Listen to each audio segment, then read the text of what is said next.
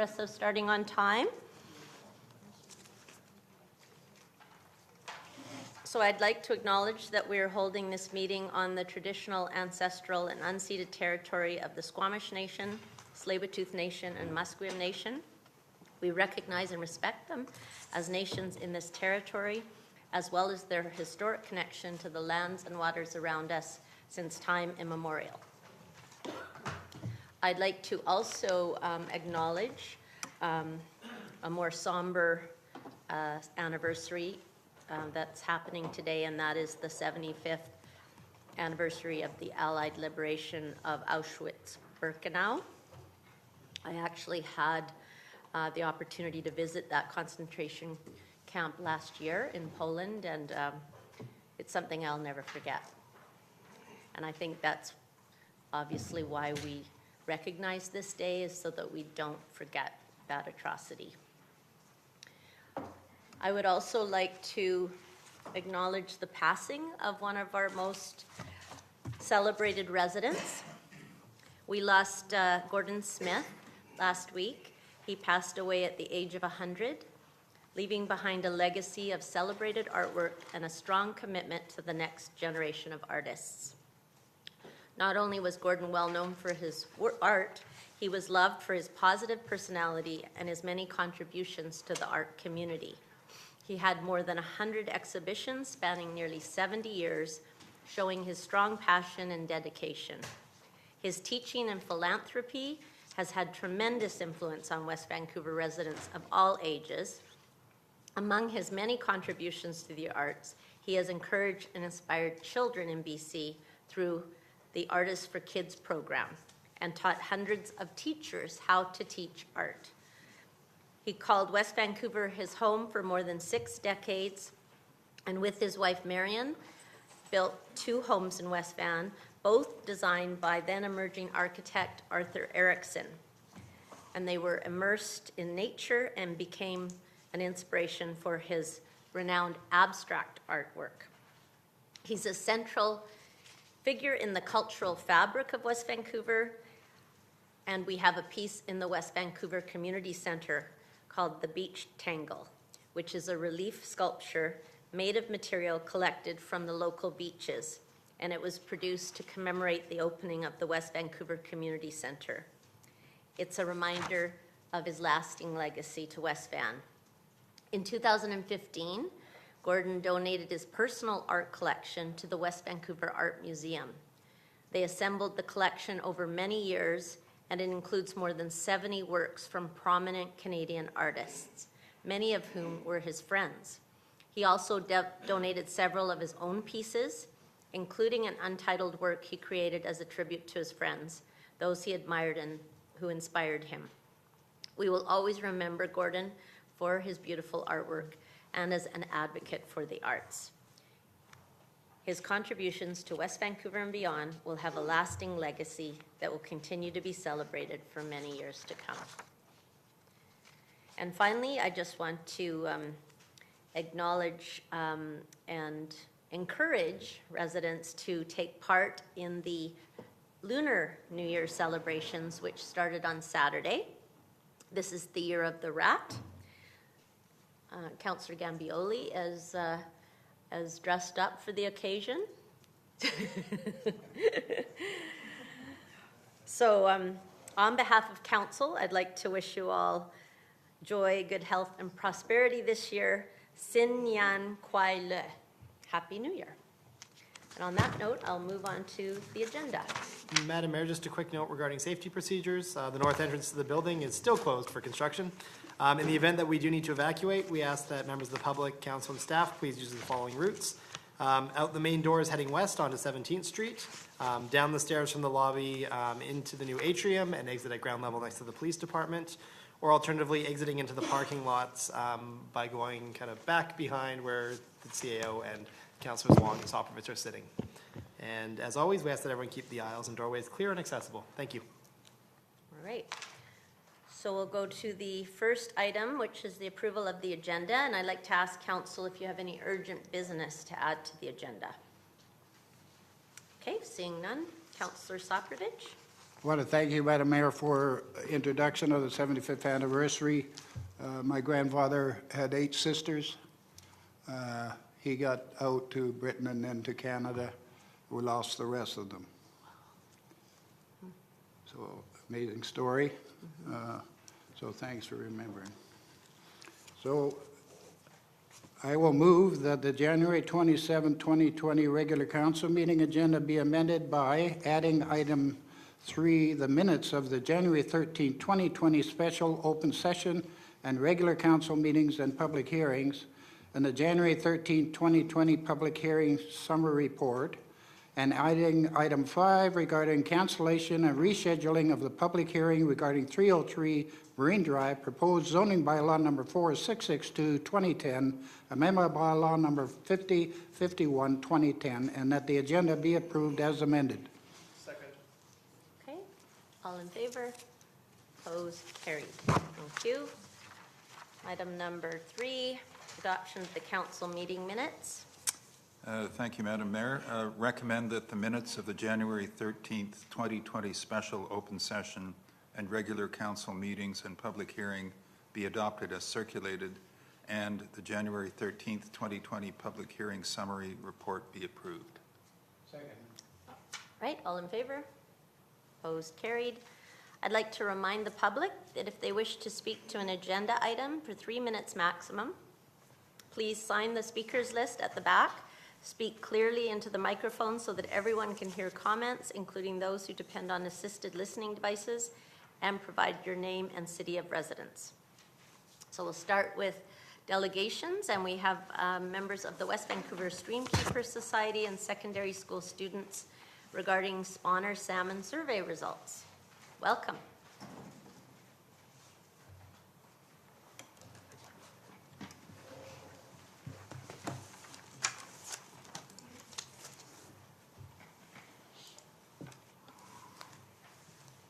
Good evening, Madam Mayor and Council. My name is John Barker. I am a director and past president of West Vancouver Streamkeeper Society. And with me here tonight are students from West Vancouver Secondary. On my immediate right is Shireen Kim, and beside Shireen is Arthas Cheng, 2 students who basically looked after the gathering of all the statistics from the teams and submitting weekly surveys that were sent to groups within the district, staff, and also to other groups in the community, like Fisheries and Pacific Salmon Foundation and other groups that are interested in our results. The purpose of the program that we run with the students is to enumerate returning adult salmon that come back to West Vancouver streams to spawn, and we've done this program now for 13 years successfully. This past fall, we had our second biggest student turnout. We had 84 students that participated on 16 teams. And the task was to enumerate these salmon by species and live or dead, and if they were female, they would open them and have a look for eggs, and that might tell us the presence or not of eggs, whether we've had successful spawning.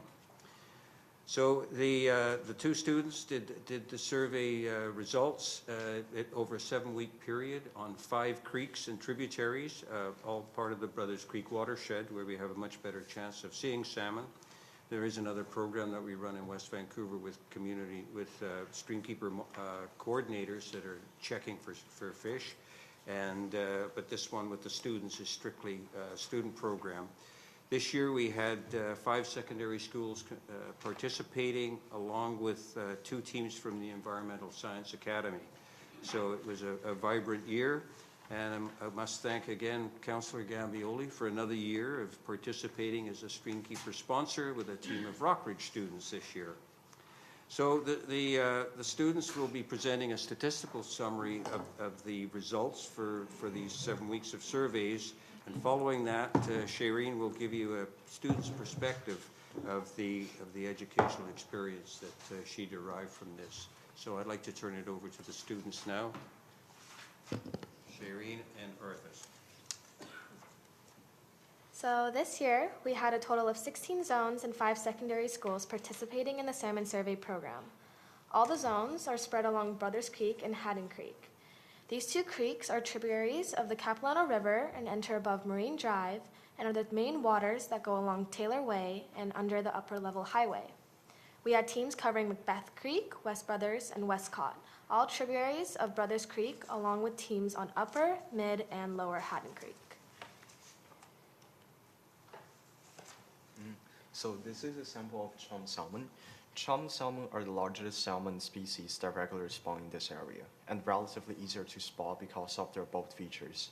They have noticeable dark stripes and blotches running across their bodies. Male chum has long and toothy jaws, while the female ones do not. The chum arrives at our creeks in early November, and since their spawning period is shorter than the coho, they tend to arrive in groups of greater numbers. By mid-November, the chum seem to have all mated, as findings show increasing pairs of male and female chums in the streams.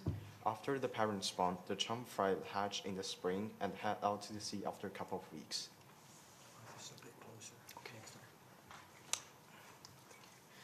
And this is a sample of the coho salmon. Another abundant species in this area are the cohos. They're distinguishable by their blackish back, easier to spot in clear waters in early November. The males often have a strong red color along their sides, while the females are usually just dark brown. The coho are swift and usually hide in small pools and along the riverbanks. Their spawning period peaks in late November, and their fry stay in the creeks for a full year before heading to the sea the following spring.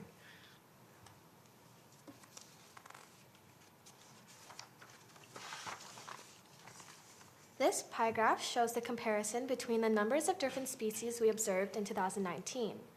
The orange-colored portion represents the coho and blue for chum. This year, we saw more chum than coho. However, this was also our lowest chum run in the last 13 years. This year, we saw 83 coho salmon, accounting for 44% of our total findings, and 107 chum salmon, accounting for 56% of our total findings, which is a significantly low number in comparison to previous years. This year's count really started to peak around week 3 and week 4 for chum and week 6 and week 7 for coho, as the overall number of designated fish spotted are significantly higher during these weeks than the others. Our zones added together spotted 76 chum in week 3 and 4 and 62 coho in week 6 and 7. We were able to spot the most salmon during these weeks, as the previous week's rainfall allowed the rivers to rise sufficiently for the fish to swim up, and the sun cleared up both the weather and water clarity. While the rain and the muddy water were a challenge for some teams in the first 2 weeks, the weather seemed to remain rainless and idle over the weeks, allowing all teams to experience having service in the best conditions. From the bar graph, there is a clear representation of the number of chum salmon peaking during week 2 to 3, while the number of coho salmon peaked during weeks 6 and 7. Notably, in week 3, the Zone 11 team saw 22 chum salmon, peaking the chum cycle during the early weeks. While the coho salmon were small during the beginning surveys, there was a sudden jump during the last 2 weeks. In fact, during week 7, we found 42 coho salmon, which accounts for 1/5 of our total salmon countings this season. Also, a large proportion of the salmon we found were dead due to shallow waters, lack of rain, and large number of river otters present, eating salmon as a primary food source.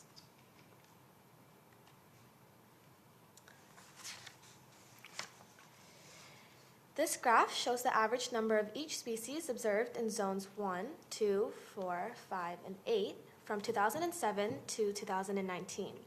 There were no Chinook or pink salmon observed this year. We also saw very low numbers of coho, but not nearly as reduced as the chum returns. In total, our 5 zones observed 107 chum by the end of 7 weeks, which is 12 less salmon than the previous lowest record count of 119 chum in 2010.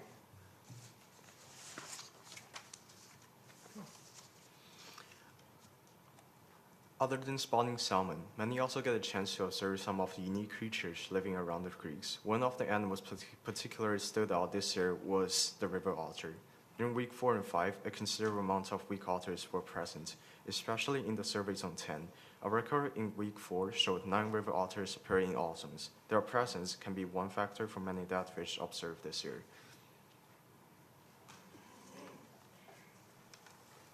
Many of us had the opportunity to cut open dead fish, a very exciting activity. The purpose of this activity is mainly to check if the female salmon is still carrying her eggs, or in other words, to check if they had spawned. If there are no eggs to be found, we assume that the salmon had spawned successfully. We all know this familiar face. John has been the overall coordinator of the salmon surveys with students for 13 years now. John is a role model for all students, and as he does every year, he has supported both me and Arthas with organizing reports, reviewing the written summaries, gathering the students, and so much more. Although he is stepping down as president for the Streamkeepers Society, he will continue to run and lead this program smoothly. I would like to conclude with thanks to all sponsors, students and teachers, and parents for allowing this program to run smoothly and effectively. So Shireen will now is going to give a short talk on her perspective from a student's view and what she learned from this experience. Hello, everyone. My name is Shireen Kim. Joining this program for me has introduced a new aspect of nature into my life. It definitely set me in a new environment, as walking along streams and counting salmon populations was not a common activity of mine. While taking part of summarizing data, I always wondered why we counted salmon in our streams. However, this year especially, I learned that global issues of declining salmon populations were of my concern as well. This program set a new perspective for me, one that is definitely more aware with my surroundings than before. Needless to say, this activity provided me with leisure, a new kind, one that allows me to engage and talk with friends. It's the small things like walking around in nature, using clipboards instead of technology, and engaging in conversations face-to-face that this program promotes and gives me the most joy. These surveys were conducted rain or shine, but even in the rainiest and coldest days, I found myself laughing and having fun with a group of friends while also fulfilling our responsibilities. Also, I was graced with the opportunity to meet many new people, including my team sponsors, and also, of course, John. They all definitely taught me how to spot the difference between a coho, chum, and chinook, but also gave me life lessons and skills such as perseverance, quality, and efficiency. Personally, I feel that Streamkeepers took part in shaping me in someone I'd like to become, one who is concerned and aware with their environment, but also one who is very driven. This program holds a legacy for not only what it does to the community, but really what it does for the participants, especially the students like me. Thank you. Thank you. Thank you. All right. Do we have any questions, Councillor Soprovich? Well, very nice report. John, as you know, I've been involved with the Coho Festival for 40 years, and we started out rearing fingerlings at the Seymour Hatchery, and then you took over boots on the ground or in the water over the years, and there was always a concern that the coho were never going to return. I see in the count here that there's been a significant increase in the number of coho this year. Have you any cause to understand why? Well, the coho numbers have been off a little bit in the last few years, so you hope for recovery. But it's the chum is where we've had some devastating drop, and it's not just restricted to our community. It's common throughout the south coast. So coho seem to have held their own. They're slightly off, but not too bad. But the chum, it's very hard to explain. And couple two things, if I could, is one is the fact that we had low water conditions at the peak time for chum to arrive, so I had difficulty getting into the stream. Right. That coupled with the otter predation, which was just very, very difficult to see because it made easy prey for the salmon that with the otters so prevalent in all of these streams. Okay, and one other point, Madam Mayor. John, the fishing on the North Island of Haida Gwaii is abundant in coho, the 5, 7, 10, 12 pounds, healthy looking, and they never seem to come down to the waters here in the lower mainland in abundance. Is that because of the warmth of the water or the? Oh, I would beg, we've had years where we've had some of those larger coho come into, particularly the brother system, and they come in late. It's typically into December when the student program ends. We'll still survey and find them. And you see these nice, really nice looking 8, 10, 12 pounders that show up. Not every year, but that gives you heart to believe that it could be happening more often, but it does happen from time to time. Okay, and my thank you to both of you and all your crew. It's wonderful being out there doing the count and congratulate you. Thank you. Thank you. Thank you very much. Anyone else? All right. Councillor Gambioli. Okay, well, I've got a quick question. What are we going to do about those darn sneaky little otters? They're not just eating the koi fish in Vancouver, they're eating our fish right here. Have we got any, should our bylaw officers be on top of this, or Well, seriously? West Vancouver stream keepers are not taking any action other than to monitor it. It's a difficult one, but they've got a right to be here and a right to eat too. So it's, although it's hard to see what's happened, I think in a better climate year where if we'd had the streams running hard, it makes it harder for them to accomplish the attacking. But this year, everything just fell in line that it was difficult for the fish. So we have no position on trying to deal with the otters except to say they've got a right to be here and a right to feed. So things balance out in the long haul generally rather than messing with it. So that's our position.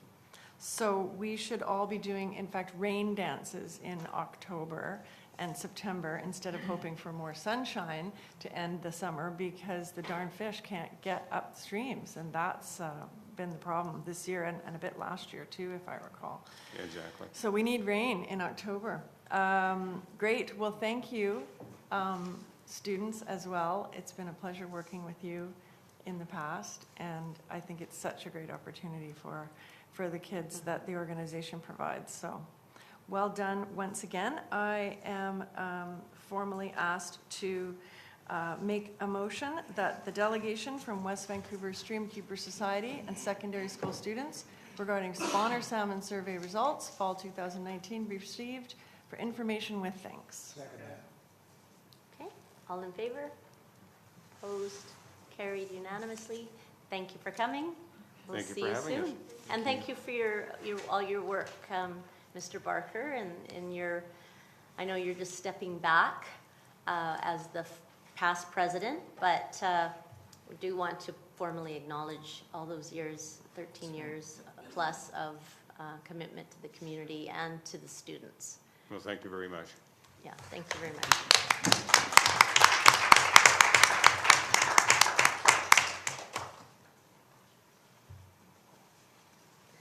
All right, the next item is Metro Vancouver regarding update to Metro 2040. Welcome. Thank you so much. Good evening. Yes.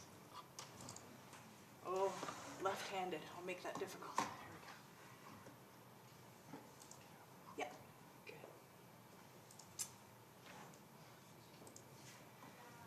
So good evening, and thanks for having me this evening. My name is Heather McNell. I'm the General Manager of Regional Planning and Housing Services at Metro Vancouver. Thanks. And I'm here tonight to talk a little bit about the update to our regional growth strategy. And this evening, my hope really is to talk a little bit about the plan itself, the scope and timeline for how we're planning to update the plan, and also how we're planning to engage with member jurisdictions. This is your plan, and as each member jurisdiction must sign off on it, so it's important for you to feel like you understand and own and buy into the plan itself. So we're here to kick off that process. So just by way of introduction, I'd like to start with just a quick overview of who regional planning is and the services that we provide, just to provide a bit of context. And so the real reason that we exist, the raison d'etre for regional planning as a function at Metro Vancouver, is to develop, implement, and steward the regional growth strategy, and really trying to stitch together interjurisdictional issues, interdisciplinary issues, and provide a long-range plan for the region. And this is longer than even most OCPs. And in terms of core services, how we support that, really we are working with your staff and with you to provide data and projections to support your local planning. We provide a lot of applied policy research around things like how to incent affordable housing near transit, how to address industrial land shortages and so on, again, to support your work.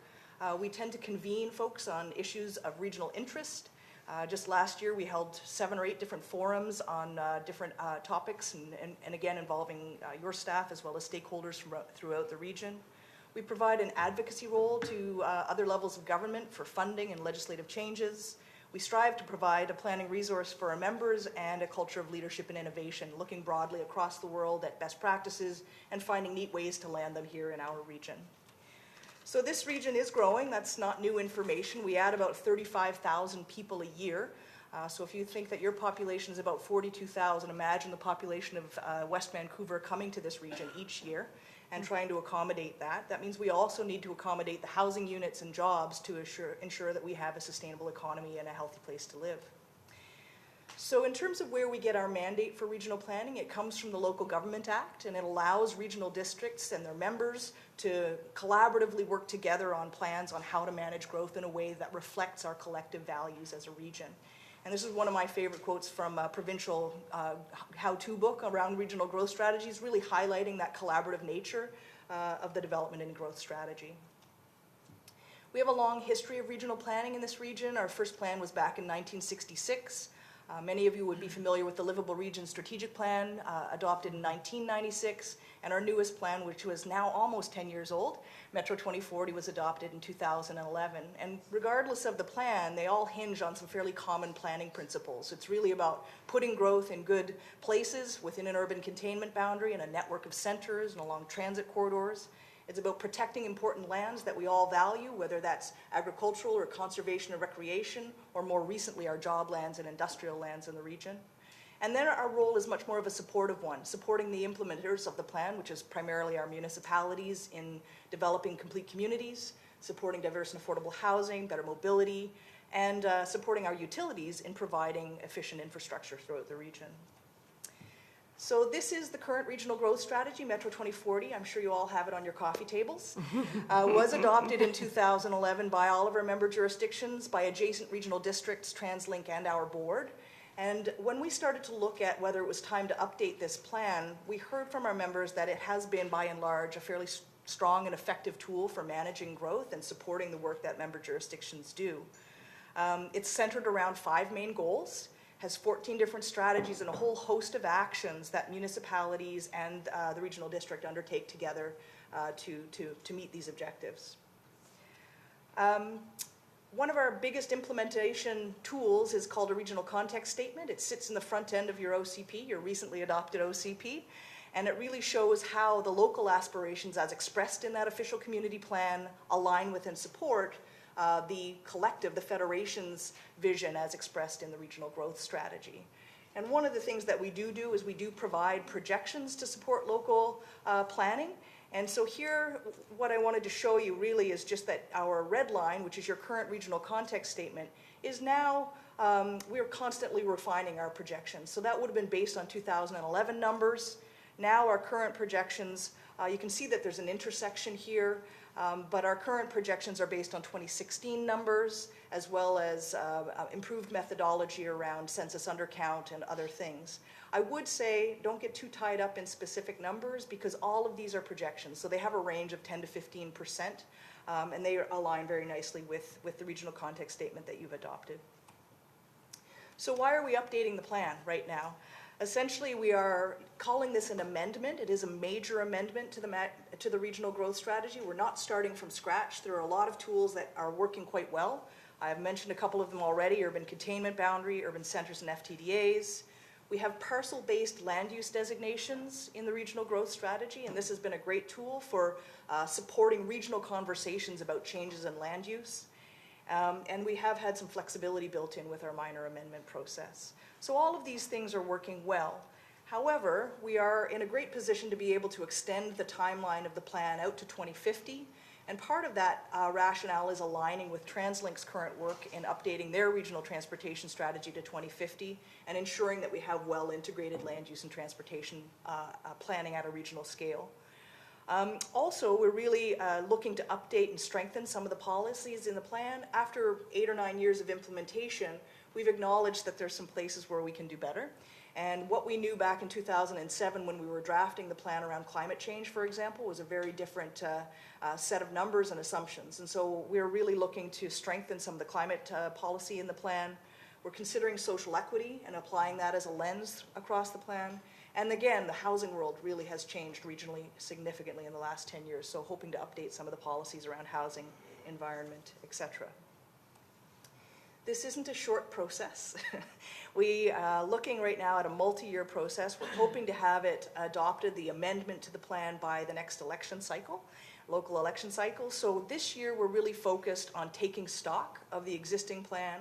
We're undertaking 11 different policy reviews. So if you imagine that every policy area in the plan, like housing or transportation or climate or environment, we're taking a look at what's working well, where the gaps are, working with staff and stakeholders from around the region to start to identify some policy options in those areas. And we hope to have that wrapped up by the end of this year. That means we'd be looking in early 2020 at drafting the update itself, for the rest of this year. And then early in 2021, in Q1 of next year, we'd be looking to circulate a draft document for comment. And at which point we'd be looking to come back to council and walk through that and answer any questions and get some feedback on that. And then we'd be putting it out for approvals mid of 2021, which gives us about a year to get through the approvals of 21 and local governments approving it, one First Nation and our board. So a lot of what we get asked in this process is how are we addressing engagement in this process? We do have requirements under the Local Government Act for engagement, and we're following all of that, but we also have board policy around public engagement, and we're also following and exceeding that. We're really trying to tailor the engagement to the fact that this is an amendment, not a full new plan, and we're really trying to focus that on areas and those who are most directly affected. So we have 4 different approaches, one for plan signatories, which is our member jurisdictions and adjacent regional districts, one for non-signatory stakeholders, so here think health authorities, Agricultural Land Commission, etc. We have an approach around First Nations engagement and one for the general public.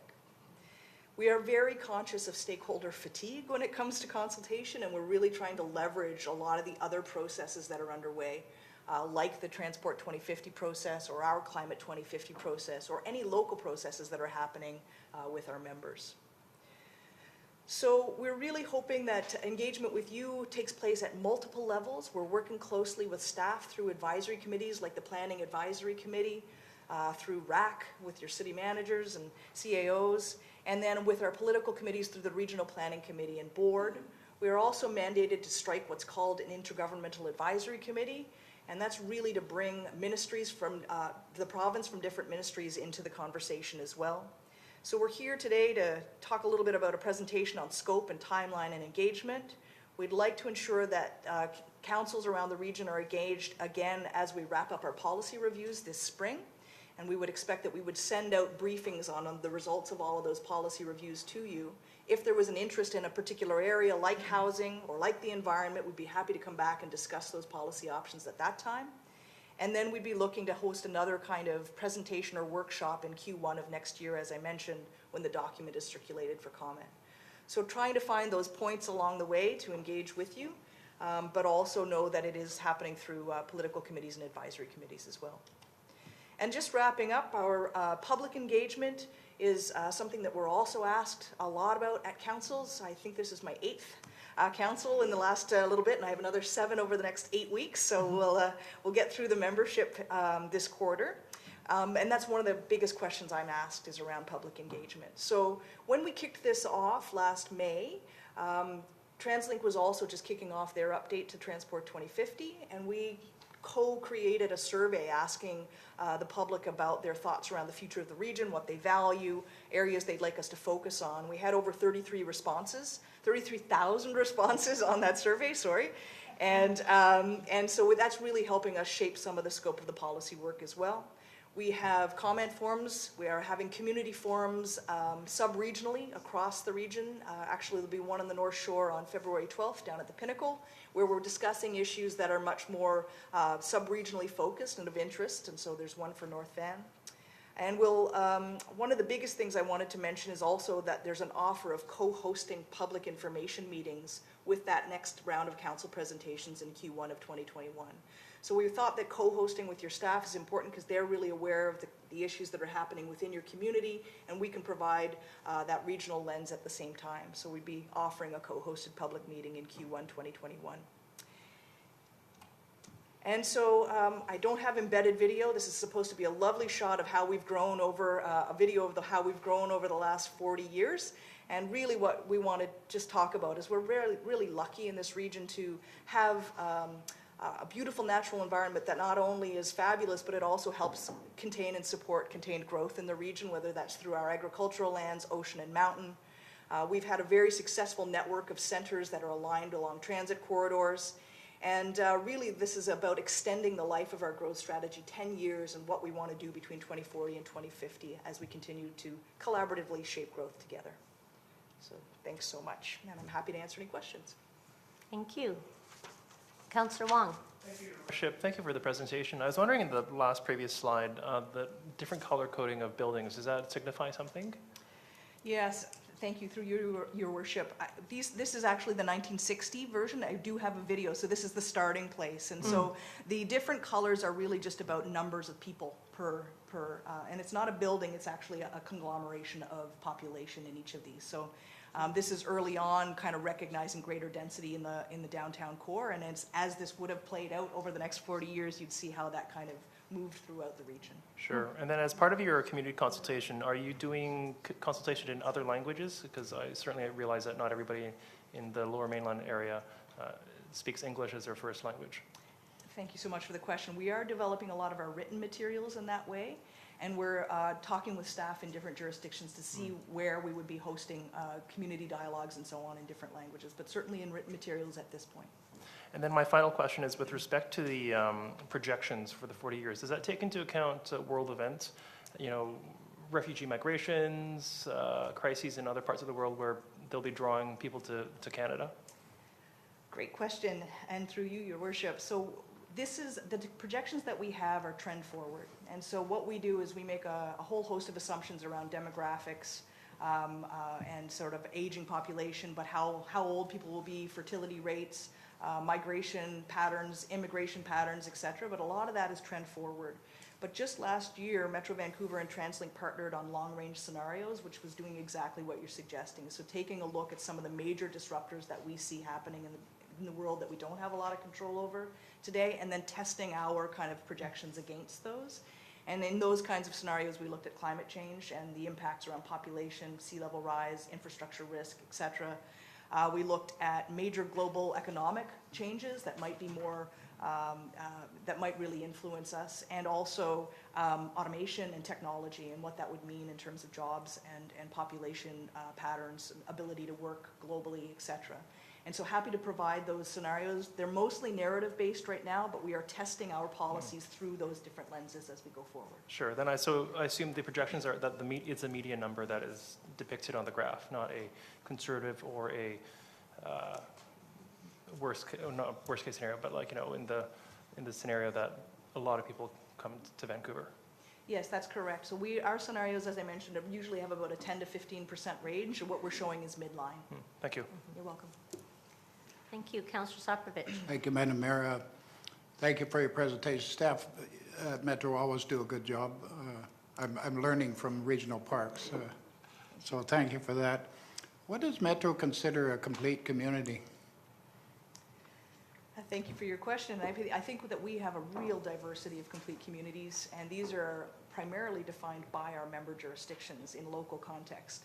You know, we have a set of urban centers that are a hierarchy of these around the level of amenity, housing and diversity and type, access to transit, access to jobs and parks and open space and so on. And so we look at a whole host of factors that we believe each municipality looks at in their community planning, and we provide them at a very high level, because our job is not to plan your communities, your local land use authorities, and define your own complete communities.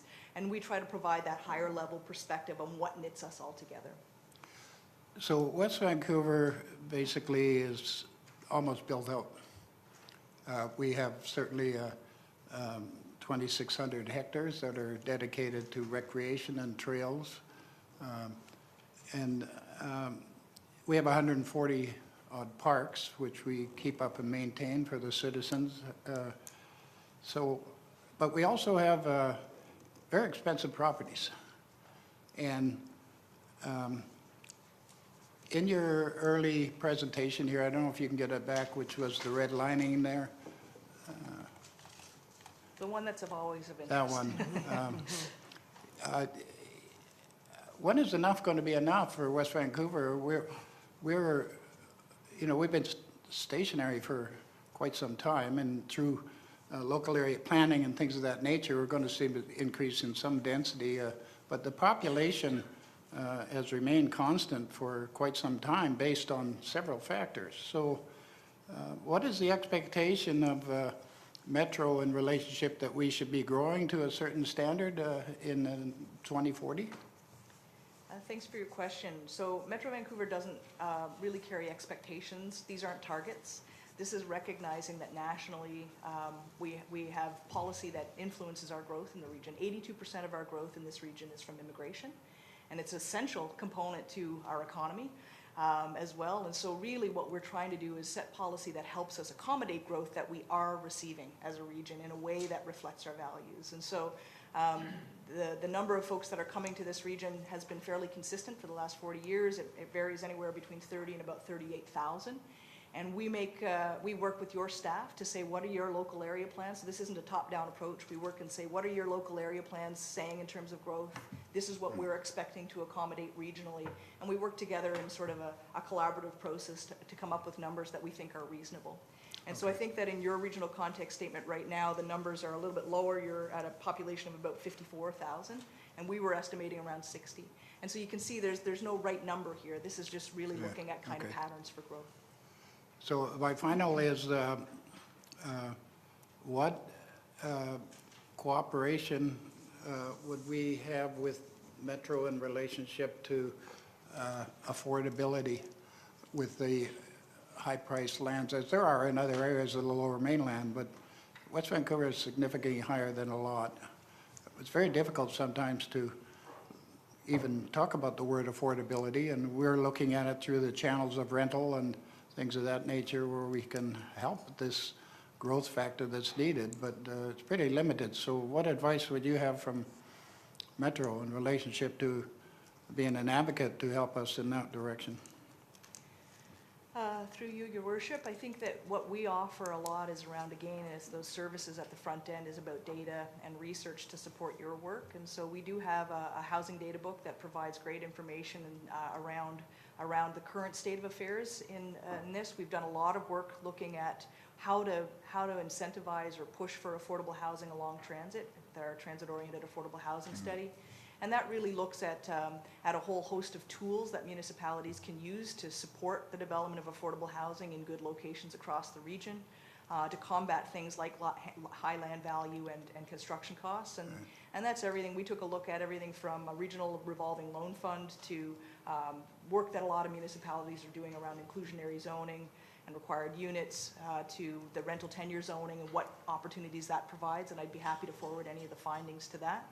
And then if I put my MVHC hat on for a moment, so from a Metro housing perspective, we just adopted a 10-year plan where part of that is about expanding our affordable units throughout the region, and we're just releasing an expression of interest to our member jurisdictions looking for partnerships around provision of land, and we would do the development and operations of those sites, and so happy to talk about any of those opportunities as well. Thank you. Thank you. Councillor Cambioli.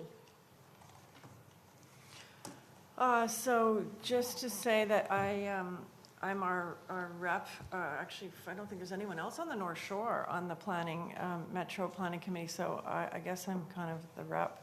Anyway, the rep from West Van Council. And it's a real pleasure to be on that committee. Heather is a fantastic teacher, and she writes great reports, and the meetings are always so fascinating. So I've learned a lot, and as you say, this sort of collaborative nature of it becomes apparent when you go to those meetings and you see, we're one piece of the puzzle, but we're part of the kind of federation that, like you said, and it has become really clear to me since sitting on that committee that, it's important for everybody to do their part. So, we need to thank Metro from time to time for being able to do the research and and create the recommendations that we can follow, especially for the long-term planning that you're able to do. So, we're really lucky to have this to be involved in this planning committee, I think. But my question to you, I'm sort of going to put you on the spot a little bit. The regional growth strategy has been in place for almost 10 years now. Let's say 9 years since 2011, and we all need to do our part. So my question is, how are we doing? And when I say we, I'm talking, you can talk more generally about the whole region, but then I wonder if you have in your back pocket how you would say we, as in West Vancouver, are doing. Because if we're not doing well, then it's not fair to the other parts of the region either, which is what I'm learning. So just want your feedback professionally on that question. Thank you. So I think regionally, we take stock about every 5 years, and we're able to do some metrics around every census period, getting a sense of how we're doing. It's really early on in the plan. In a 30-year, 40-year plan, to be looking at the first 5 years of implementation really doesn't give us a great deal of data, and I love data. But in the first 5 years of the plan, from 2011 to 2016, we did really well around shaping growth across the region. We targeted 40% of our dwelling unit growth to urban centers, to the 26 centers around the region, and we achieved 39%, so that's great. We target 98% of our growth within an urban containment boundary, and we achieved 98% of growth, so that's great. We target about 28% of our growth to transit-oriented corridors, and we achieved about 25, and that's pretty great. Our job dispersal wasn't as good, and so what we found is we weren't able to concentrate growth of jobs in the centers and along corridors, and our targets for job growth were about 50% in our urban centers, and we're down around 22. And so that's a real focal point for us, is taking a look at whether our targets around job densification and location were right or not. We're taking a look now, recently about 27% of this region's jobs are on industrial lands, which are not necessarily in centers or along transit corridors. And that's a good thing in terms of those jobs being located in those areas. So now we have to take a look at whether the targets make sense in terms of what we've been finding out. So that's regionally. At a local level, I would say that West Vancouver is in a great position in the fact that you do have a recently adopted OCP that really sets you up for alignment with the growth strategy over time. All of the work that you're doing around your local area plans, one tonight, recently Ambleside and so on, really sets the stage for the kinds of meeting the objectives that we want to in the plan. So I would say that, you know, every community has its own local role to play in this, and I would say that that's you're set up really well to align with the plan over time. Thank you. All right, I don't see any more questions, so I'll ask Councillor Thompson to make a motion. Thank you for that. I enjoyed that round of questions, and your answers were really comprehensive, so I appreciate your presentation as well. I think Councillor Gambioli gave you a nice tribute to your work, so I won't carry on with that again. I'll just leave it at, I look forward to your surveys and engagement results. And I think as council, we should have a discussion with our staff about hosting one of these, co-hosting one of these regional local events. I think that would be a great interest to the public, deciding on what that is. So on that, I will make the recommendation that the presentation from Metro Vancouver regarding update to Metro 2040 be received for information. All in favor? Opposed? Carried. Thank you, Ms. McNell. All right, so moving to the next item, which is item number 5.1. And Madam Mayor, staff are just going to display an alternate recommendation here. In speaking with planning staff, staff and legislative services have identified March 10th instead of March 31st as perhaps a more desirable date for the public hearing. So we're proposing March 10th instead of March 31st, and that recommendation is on the screen for council. Alrighty, Thank you. so that's Councillor Cameron. Yeah, I'll make the recommendation as written on the screen to set the public hearing for March 10th. Madam Mayor, the first recommendation is to cancel the... Okay, sorry. I'll make the recommendations on the screen to, as written, to cancel the public hearing and the public meeting. A second? Yep. Right, all in favor? Opposed? Carried. And then I'll make a the recommendation to set the public hearing for March 10th as written. Second? All in favor? Oh, question, sorry. Well, actually, I'll just say there's some people who were speculating in the public about why this public hearing was delayed. And it should be noted that it was delayed because at the first reading that I raised questions about the calculation of the CACs, and in order to fully explore that angle, staff agreed to, well, it was necessary to do the work, to come back to council with an informed opinion, so that's the reason.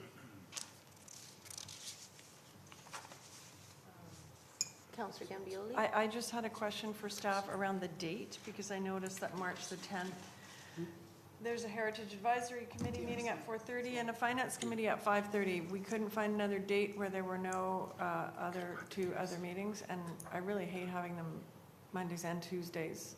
It's really hard, in my opinion, for us to deal with council meeting one night and public hearing the next night. I'm assuming it's not much fun for staff either, so I just want to clarify that all those options have been looked at.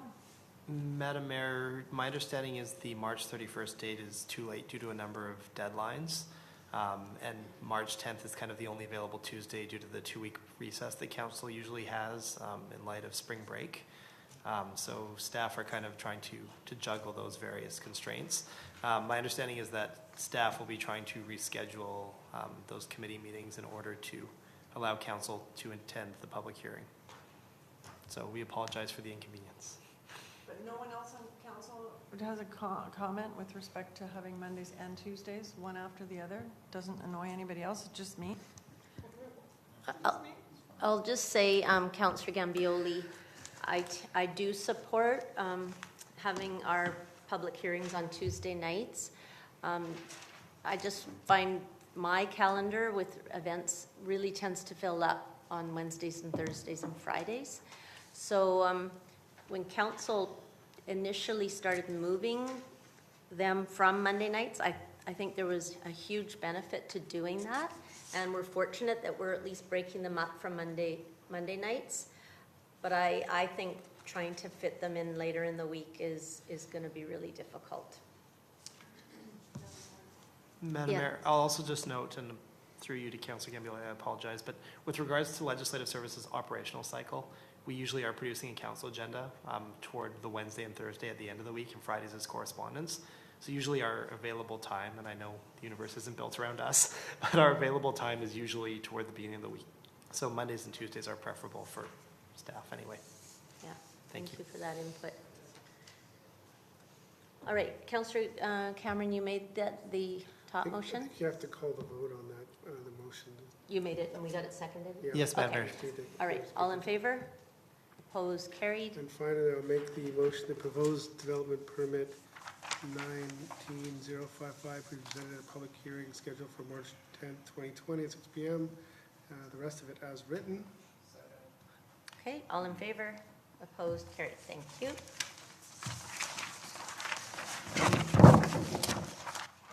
So item number 6, which is Councillor's motion regarding discriminating land title covenants. I would like to make a few opening remarks. At our meeting on January 13th, Councillor Wong provided notice of motion on the next item on our agenda, the historical discriminating land titles covenants, that although now void, remain on the title of homes in the British properties. On behalf of Council, I want to thank Councillor Wong for bringing this matter forward. And before we begin discussion, I'd just like to, for the benefit of the community, highlight and emphasize a few things. Over the past 2 weeks, I have spoken to a number of residents who find the statements in these covenants abhorrent and who wish to see them removed. I've examined a number of such titles, and they are hard to read and hard to listen to. And I'll just read out one of them, for example. No person of the African or Asiatic race or of African or Asiatic descent, except servants of the occupier of the premises in residence, shall reside or be allowed to remain on the premises. The grantee shall not sell, assign, or transfer the said lands to any person or persons of the African or Asiatic descent, and will not lease, let, or sublet to any such person or persons. It's hard to imagine a time when this would have been acceptable to British Columbians. It represents a dark period in our history, and it's shameful that this type of language remains on land titles today.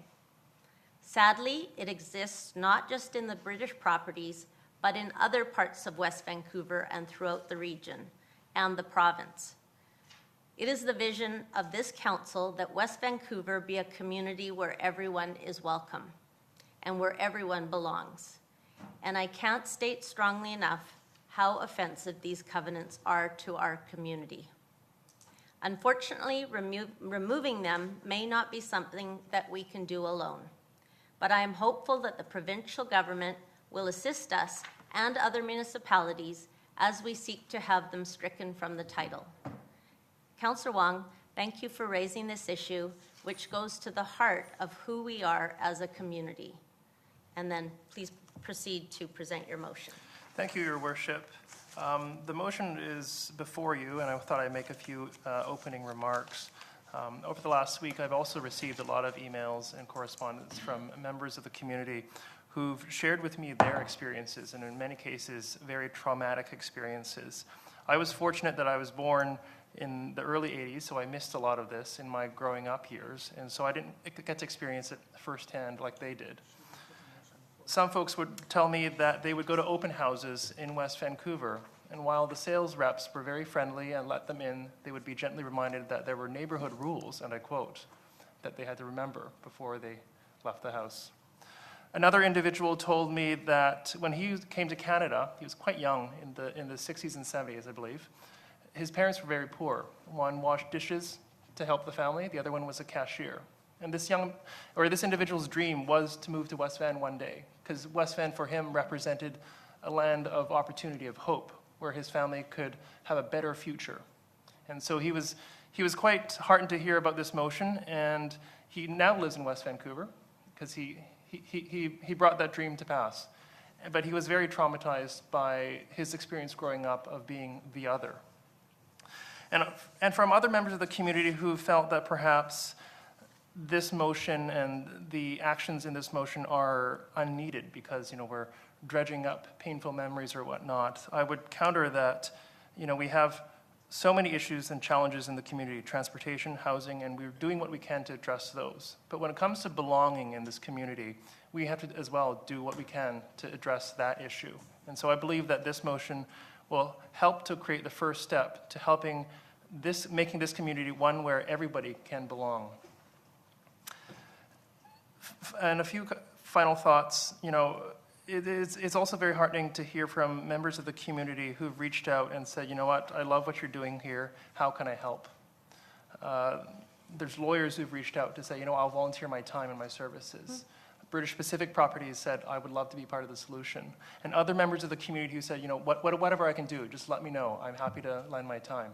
So it's very encouraging that this is that kind of community that we are. This is West Vancouver. It's a place where whether you're a new Canadian or whether you're a Canadian who has been here for many generations, you're welcome. So I'll conclude with that. I know all of my counterparts in other municipalities are also watching us tonight, and they're also interested in putting forward similar motions for their councils, and so it's very encouraging to see that. I know Councillor Cameron has been working to add an addendum to this motion, and I won't take too much of his thunder away, but it'll certainly be a friendly amendment to this motion. Thank you. I think you should actually read your motion. Oh, of course. I think it's important to read it. Of course. The motion states that Council will affirm that covenants or portion of covenants that restrict the sale, ownership, occupation, or use of land on account of the sex, race, creed, color, nationality, ancestry, or place of origin of a person, however created, whether past, present, or future, are deemed void and of no effect by the District of West Vancouver. And secondly, staff be directed to work with legal advisors and the Land Title and Survey Authority of British Columbia to determine the process, resources, and time required to achieve the cancellation and striking of discriminating covenants relating to the British properties of West Vancouver and report back to Council within 60 days of further direction. I'll second that, and as Councillor Wong alluded to, I'm going to propose a friendly amendment, and I'll read it out. Thirdly, that Council direct the Mayor to contact on behalf of the District the relevant federal, provincial, and regional authorities to request that they initiate and support a comprehensive multi-agency initiative to document and examine the history of restrictive covenants in the region, with the cooperation of academics and nonprofit organizations active in this area. Is that amenable to you as a? That is a friendly motion. Okay, I won't speak at all to the main motion because Councillor Wong has done so eloquently, except to say that I agree wholeheartedly with his sentiments. My impression of West Vancouver is that it is an incredibly welcoming, it's a diverse and welcoming community, and that our diversity is our strength. But sadly, it has not always been that way. And I do think this is a necessary step. And I'm very, very happy to second it and do what I can to support it. I'll speak just briefly to the additional piece that I wanted to add.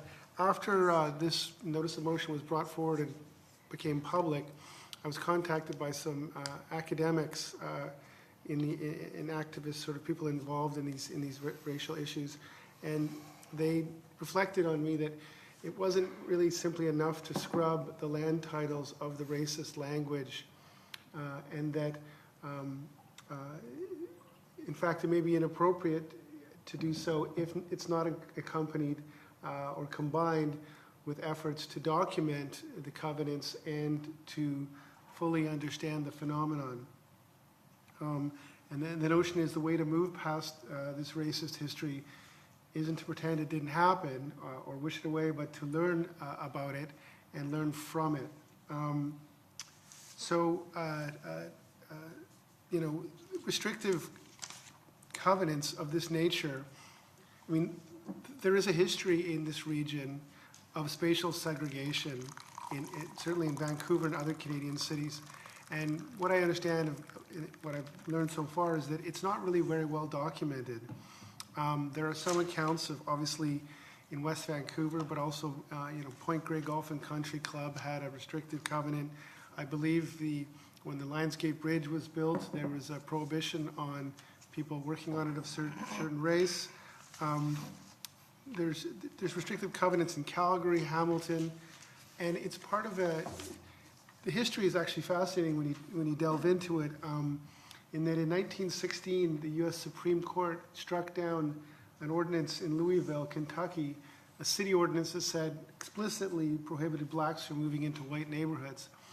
And so as a result of that, planners such as Harlan Bartholomew found a workaround by putting these racist covenants, taking them out of city ordinances and putting them in the private contracts for purchase and sale. And that practice became, unfortunately, widespread in North America. And of course, in 1926, Harlan Bartholomew was hired to do the first city plan for Vancouver. So it's really important to look, these racist covenants in the British properties didn't emerge out of the ether. They came out of a specific mindset, of a specific time, and I think the more we understand that, the better. But West Vancouver, as a city, we are small, we have limited resources, and we don't have really the policy expertise. We don't have a social development planner or department.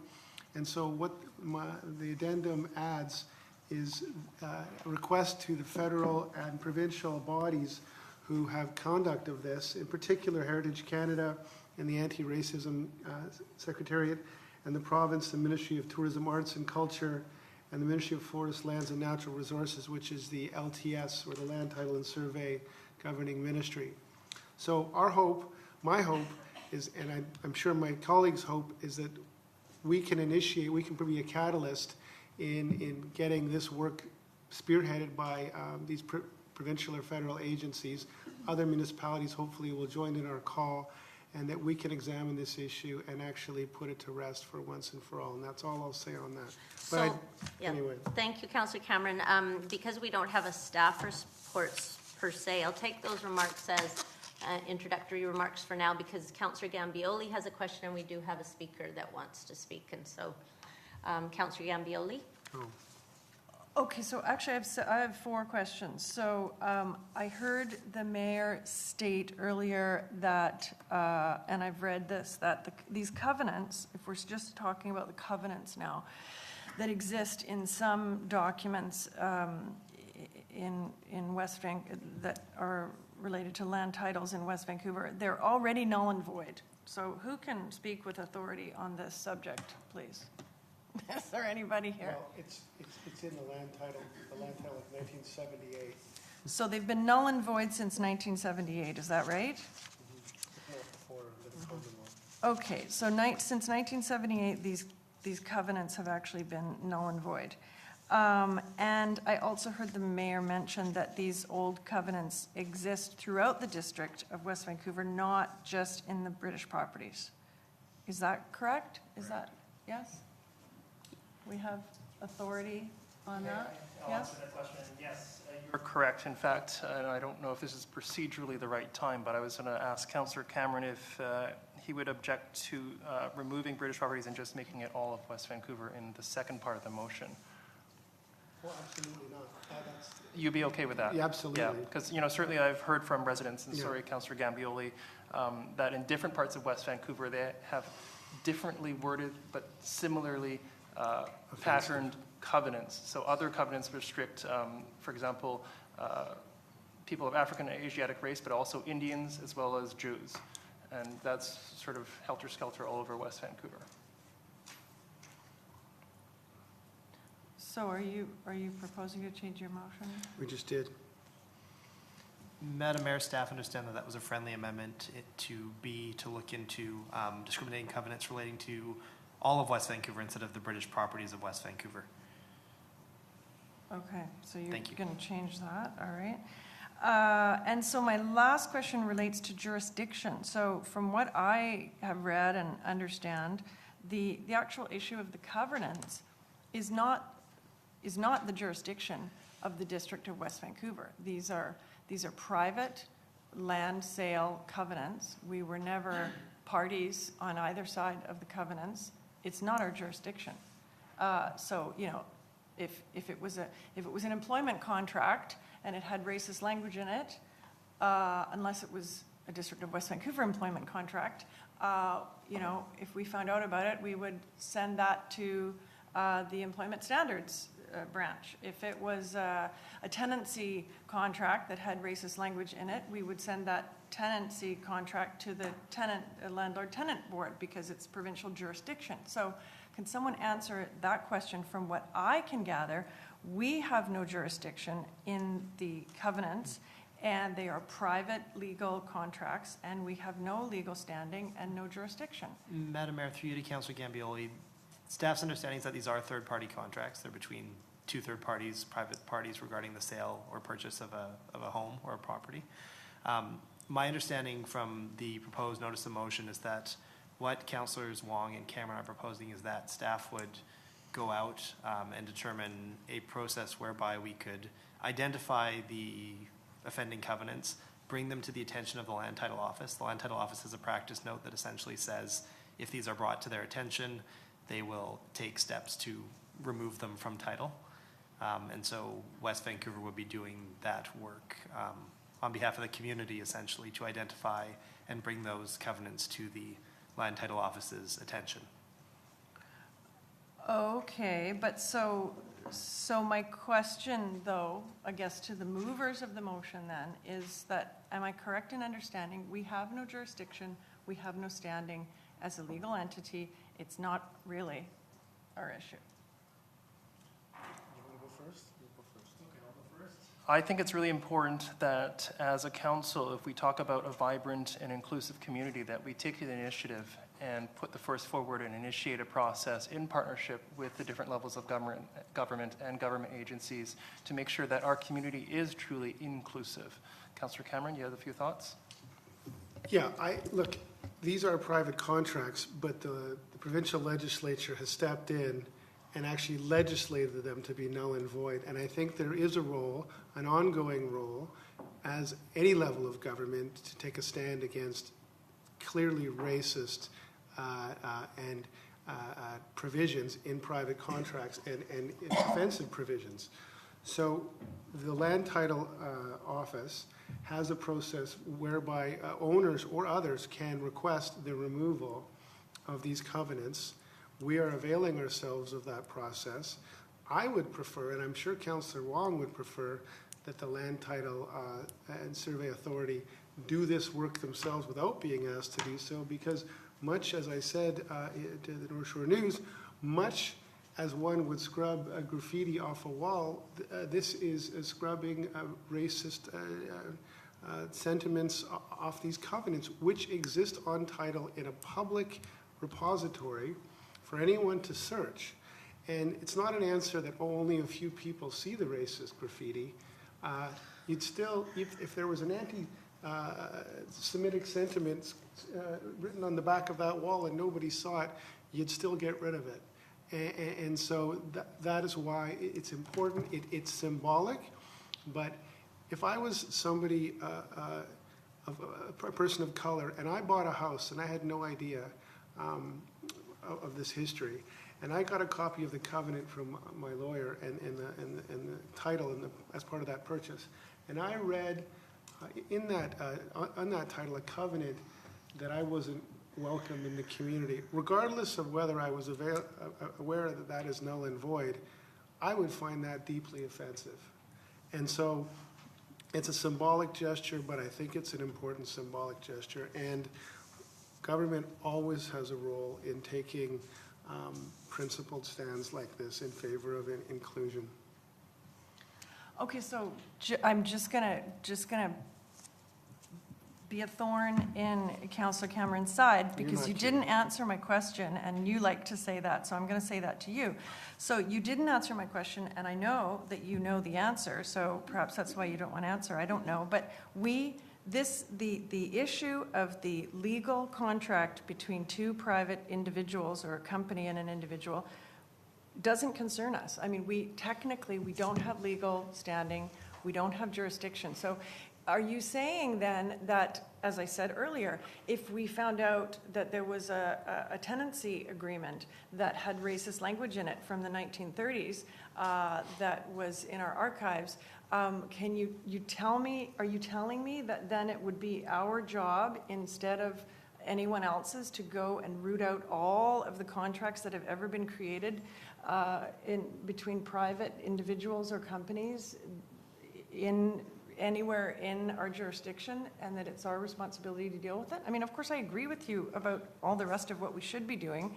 I'm just asking you. That is one of the most tortured analogies that I've ever heard. Well, the fact is, these things exist on title on hundreds, in fact, an unknown number of properties in West Vancouver, and we are not proposing that we remove the covenants on title. If you actually took a moment to read Councillor Wong's mom, Cameron, I'll read it for you. Staff be directed to work with legal advisors and the Land Title Survey Authority to determine the process, resources, and time required to achieve the cancellation and striking of discriminatory covenants relating to West Vancouver, and report back to Council. So we are not purporting to act outside of our jurisdiction.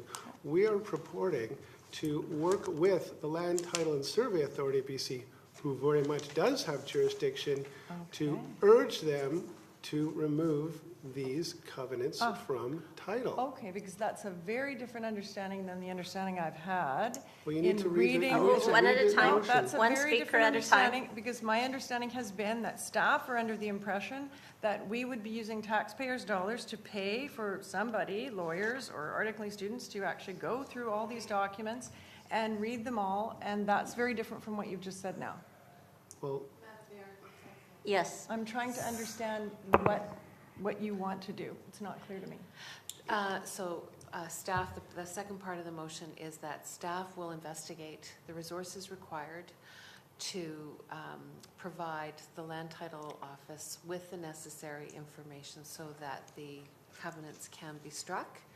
So all we're going to do at this point is identify what the process looks like, how much it's going to cost, what kind of resources are required. and Councillor Wong and I have discussed this with staff, and the hope is that the Land Title and Survey Authority will undertake this work at their own cost, supported by the province.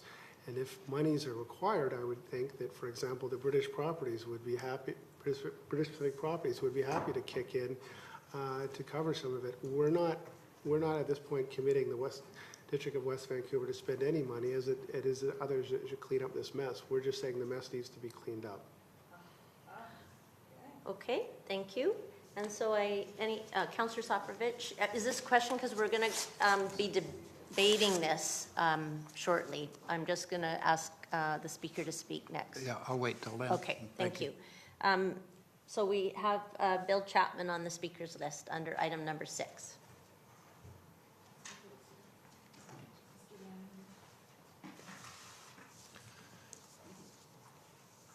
Thank you, Mayor and Council.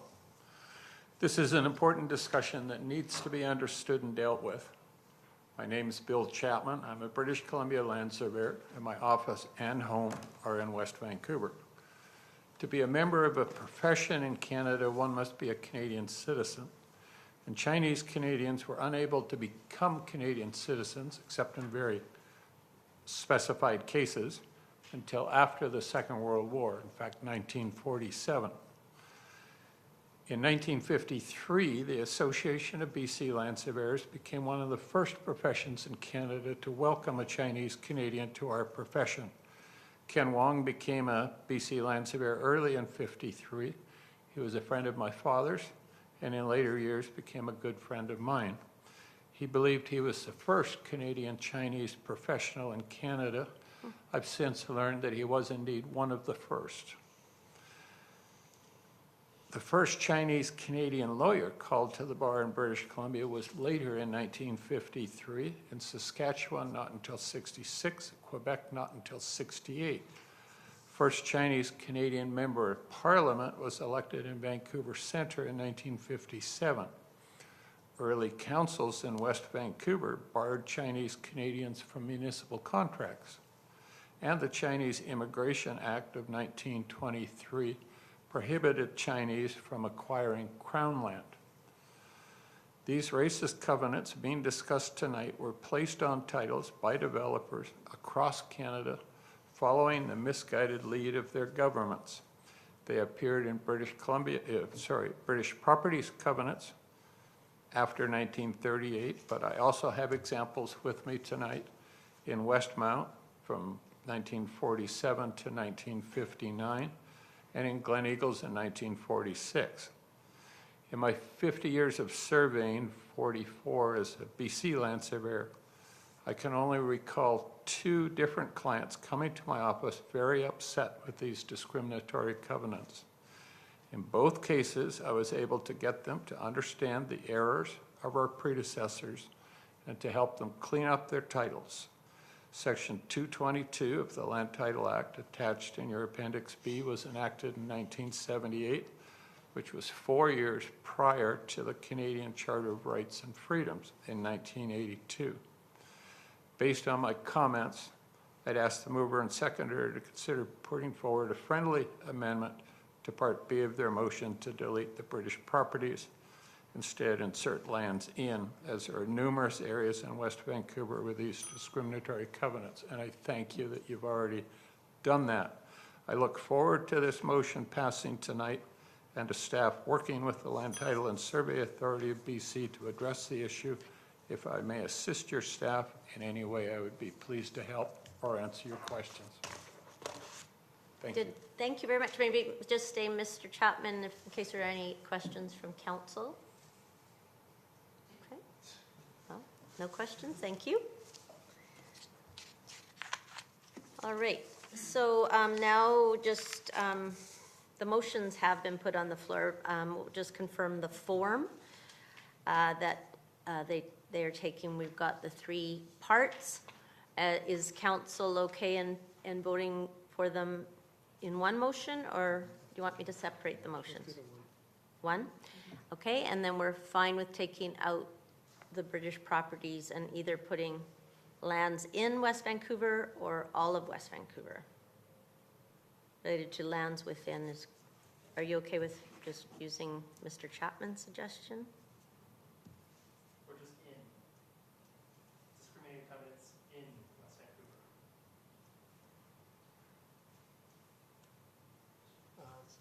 That's acceptable to me. Lands in, Lands in. yeah.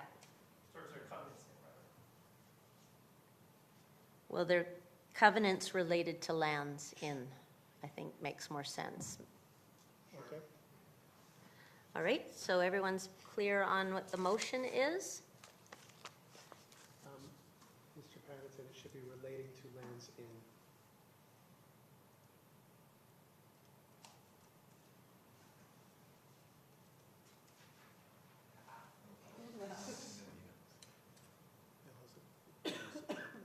Councillor Soprovich? Did you, oh, first of all, I'll ask the mover and seconder. Do you have anything more to add? Mover and seconder? I will, one last thing I'll say, that I would be remiss if I didn't thank the people who contacted me to bring me up to speed on this issue, in particular Stephanie Allen, who's a founding board member of the Hogan's-Alley Society and on the board of the Federation of Black Canadians. She did a master's in urban studies from SFU, focusing on the intersection of housing, race, and spatial segregation in Canadian urban areas. So there are people working in this area. We did bring them on board and, leverage their knowledge. Okay, thank you. Councillor Soprovich? Thank you, Madam Mayor. Well, from my side, there is no room for this type of covenant, discriminatory, not only in West Vancouver, but in the province and throughout Canada. I don't know how many times one's going to have to apologize for the past. My grandfather came here and was the backbone of building this country, and he was nicknamed a DP, which was a displaced person. He carried that stigma for a long time. And all through our history in Canada, there's been early days of wrongs that had to be righted, and this is one of them in West Vancouver. I think I would be remiss if I didn't question staff on the report that you will come back with, Mr. Bennington, would be on the basis of what kind of costs are going to be associated and who would be responsible for that consideration. Madam Mayor, if council directs staff to proceed as per this resolution, staff intended to contact the Land Title Office and, as mentioned, legal counsel as well, and to determine exactly what the process would involve. We suspect it would involve land title searches, actually pulling the covenants that would need to be identified, and then determining what the Land Title Office would be able to do with however many hundreds or however many number of covenants we identify and then provide to them, and whether or not they'd be able to and willing to turn around that work. Okay, thank you very much. Thank you. Okay, thank you. And anyone else wish to speak? Question? Well, I was just going to conclude by saying that it's quite serendipitous. I used to, when I taught in the solder school, I used to teach a section on illegal contracts, and I did live in West Van at the time. I used the covenants in the British properties as an example for a dialogue with students around illegal contracts, but also this, offensively discriminatory practice. And many of them would be quite surprised when when they heard about this in this day and age.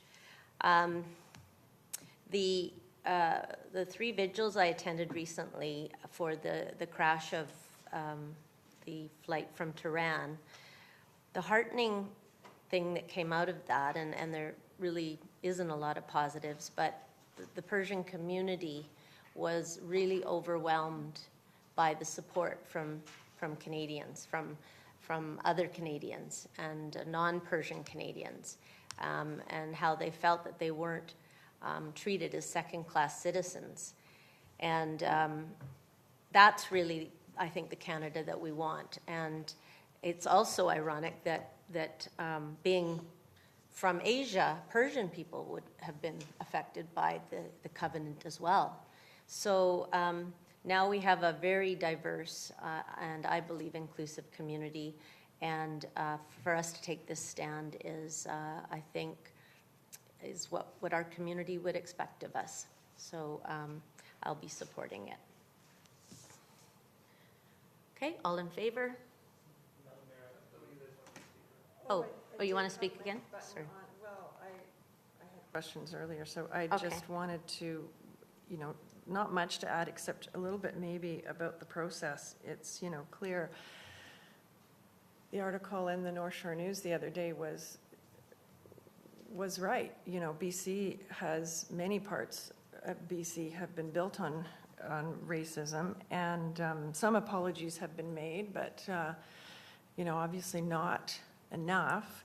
And I think I agree that nowadays we, as a municipality ourselves, do our best, given limited resources, to welcome and support diversity. We're getting a lot smarter in our old age. So I am very happy to have this conversation, and I'm okay with determining, the process and the resources and the time required. But I also note that we have very tight budgets, so I'm a bit concerned with staff, what staff are going to come up with. And since the original sellers of these land titles presumably benefited financially from these covenants, I really would like to see them stepping up to do this research and pay for it. And since the provincial government has the jurisdiction through Land Titles Office, I really agree that they should be taking this on, and we should be encouraging them to do that. And finally, just the general process for notices of motion. We have had more notices of motion in the last year than I've ever seen in the last 8 years. And I would really like to see the process of notices of motion be well thought out before it comes to council, discussed with staff, and then given over to staff, as we're presumably doing tonight, and then put in, if we decide, to our strategic plan. And I really think that our strategic plan, we call it goals and objectives right now, but it should be coming back here when we renew it in the next month or two, revamp it. It should be coming back here. And I think we should be discussing it in public, and something like this, for example, could be part of that.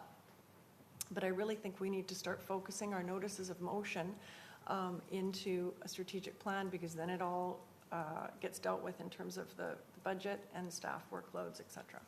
So that's just a process note. Okay, thank you. So I will call the question then. All in favor? Opposed? Carried unanimously. Thank you. Item number 7, asset management update.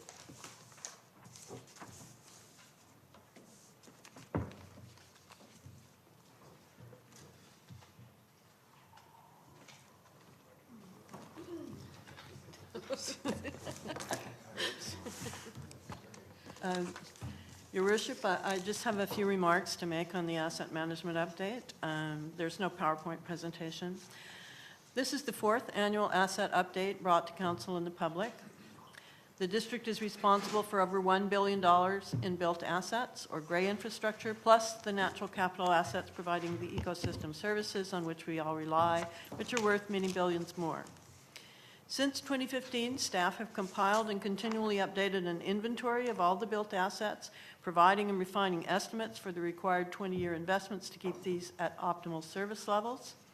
And the district has almost doubled its investment in asset maintenance from $7.4 million in 2015 to $14.5 million in the 2019 budget.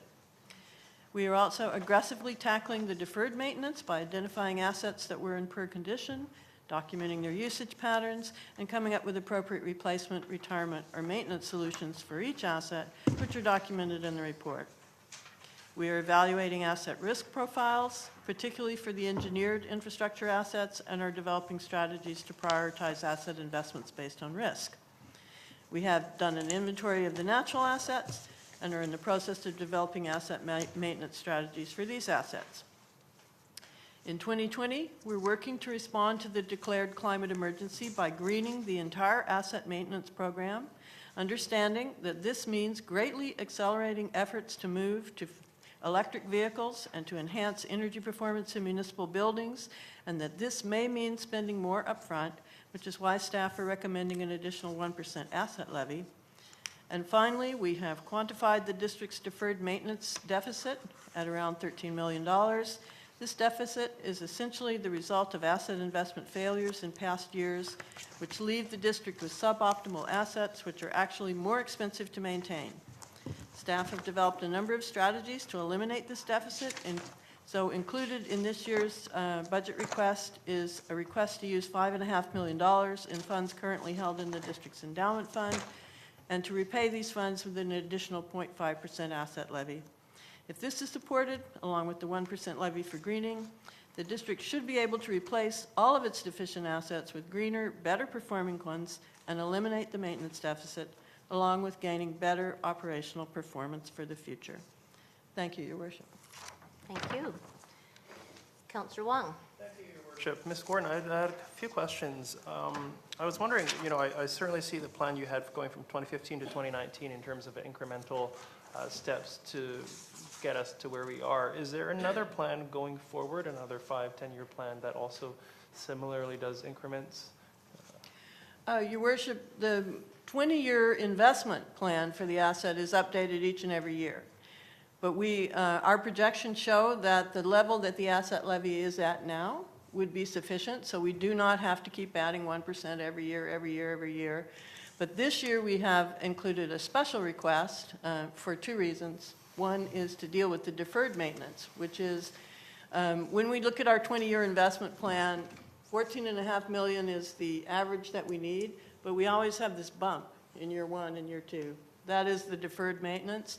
And what happens when we have deferred maintenance or assets in which the maintenance has been deferred is that they actually cost more to maintain than in some cases they would to replace. It's kind of like trying to keep an old car going forever and ever. It costs more and more and more, and you get less and less performance. And there's a certain point where you say to yourself, perhaps we should forget about trying to keep this thing for the next 20 years, and we should get a brand new one, which might cost us a little more upfront, but would give us far better performance. So that's the deferred maintenance issue. The greening issue is a little bit different, although it's related. We're asking for 1% so that we can, in fact, as I say, move to far more aggressively to electric vehicles for the fleet. But not just that, but there's also, we have to change the infrastructure that supports those vehicles.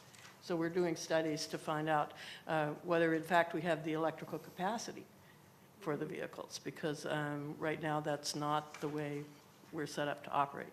So we're trying to basically make an inflection point for the whole set of assets and move them into the green world, but we are quite hopeful that this will do it, and we would not be asking for more and more and more in future. Right. And so in terms of a contingency fund, do we have something in place? For example, old things, they break down unexpectedly. So as they get older, we cannot, generally predict things going wrong. And so it could come out that, 1 year we'll have lots of things broken and we don't, or do we have a plan for that?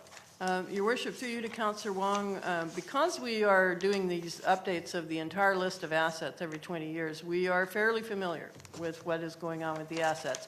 We do have certain assets that are at risk of failure.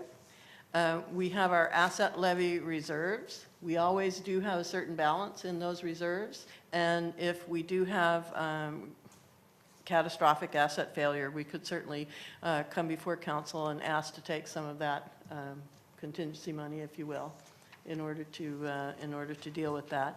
But hopefully, with a better understanding of the assets and more attention being paid to them and better investment schedules in place, we would not have that kind of catastrophic failure. And once again, we're also looking at risk management, so that the riskier assets we're well aware of what their state and condition is. Right. And then in Appendix B, you've got a number of high-use, poor-condition assets. I notice the Seniors Activity Center is there at $4 million and change. Is there not a civic site project that's sort of meandering its way through a variety of processes such that the SAC will be taken care of, as it were? Well, just to speak to the list of high-use, poor-condition assets, Your Worship, through you to Councillor Wong, these are assets that have form part of the deferred maintenance issue. And in some cases, there are planning processes in place, particularly for the larger facilities. In some cases, there may not be as much planning taking place. But I think, for instance, for things like Fire Hall Number 1, for the Seniors Activity Center and so on, there are processes in place, and council will actually be considering those major projects when we talk further about the capital budget. There's no question that there's a challenge there. These are large, complex projects, and there will be some challenging planning to be done in order to either keep them going, enhance them, or think about replacing them. But I think that the first step here is not to forget about these assets, to have them listed, to keep them front and center, so to speak. For the Seniors Activity Center specifically, there is a group, the Emerging Vision Group, who are looking at the entire community center site, of which this is one of the buildings. And they are coming together and will be coming forward to council with a vision for the entire site. Great, thank you. Thank you. And Councillor Soprovich. Ms. Gordon, one of your statements on page 7 is the district needs a single source of truth where all information about each district asset can be held in one place instead of having asset information spread throughout various systems and departments. So I'm assuming that you have done that. Your Worship, through you to Councillor Soprovich, we are working on that. All right. We, you know, this, one of the areas where there were some deficiencies in the maintenance of the assets, quite honestly, were in the IT systems. And one of the things that happened because of that is that some IT systems that the district have are better developed than others. And we ended up with information in various systems, some of which doesn't, you know, it ought to match up, but it doesn't. So we have completed a project to get all of our tangible capital asset values out of what was called an Access database, which is a separate little Microsoft-type program, into our main JDE system. So we've done that. We've eliminated one of the double counting places. But now we are working with the engineering department to make sure that the description of the assets that we have in our JDE enterprise system is the same as we have in our maintenance system, which is maintenance connection, so that we will then be able to connect up those two systems. So that, it's a gradual process. It has several stages. We're working through the stages. We can see the light at the end of the tunnel. We're not there yet, but so I don't want to mislead council and the public into thinking that we've accomplished this goal, but we have a very clear idea of where we need to get to, and we're well on our way. Thank you for that. Is it your wish that, based on the need for a top-up of the asset levy, that we borrow from the endowment fund? Your Worship, this is my recommendation. I have presented it to the Finance Committee. It has been discussed by the Finance Committee, and if Council endorse the 0.5 addition to the asset levy that would form the repayment portion of this plan, then I will bring forward the report to explain in total what the borrowing would do.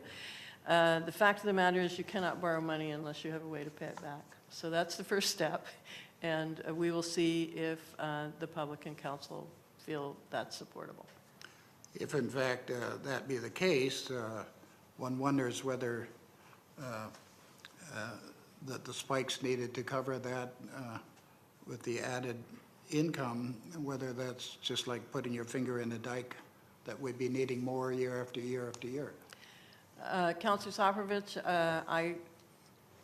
I'm not able to predict the future, but I do try my best to do financial projections. And based on my financial projections, I do not believe that West Vancouver will be needing to increase the asset levy year after year after year. I think that we're facing a bit of an extraordinary circumstance this year where we're trying to green the budget and deal with the deferred maintenance problem. The deferred maintenance problem is something that once we deal with it, hopefully we will never have to deal with it again. In terms of making changes for the community to help deal with climate change, it's very difficult to predict what climate change effects actually will be over the next 10, 20, 30 years. So I don't know whether we will in fact be needing to make more strenuous efforts, but I don't foresee that that's going to happen. Okay, well, I certainly don't second guess your expertise, but one would wonder if we were putting money into a climate change or an environmental fund, whether in fact we should have some grounding as to the scientific approach to climate change and have a plan as to what will we be actually funding. Your Worship, through you to Councillor Soprovich, I understand that, you know, we, as I just said, we really don't know what the future is going to bring. I think there's enough evidence out there that global warming is actually taking place, and for all sorts of reasons, we would be best advised to take that seriously and move to implement some of the recommendations that are made, for instance, in the Community Wildfire Protection Plan, try to limit our use of GHG emissions in our buildings and in our vehicles. Also, there are operational and maintenance savings to be gained from that. So it's not just about climate change. There is a new economy emerging worldwide, and I think West Vancouver can take advantage of that. You came and visited the Coastal Marine Working Group and outlined some major considerations for involvement of the federal government in relationship to future costs if we ever did subtidal work or other things that we were able to do based on sea level rise. So in your vision for the future for the next number of years, are you going to advise council that we are going to have to press very hard on the federal government for funds for any future climate change necessities? Your Worship, to you to Councillor Soprovich, the federal government appear to be establishing a number of programs where they are going to link their grants to climate change initiatives and also hopefully to the preservation of natural capital. They're beginning to pick up on this idea. And staff are certainly going to stay in close touch with these programs and try to put forward West Vancouver projects for funding. Of course we will do that. Thank you, ma'am. Thank you. Councillor Gambioli. I just have one quick question relating to the low-use, poor condition assets. The very last one, the Lighthouse Park buildings.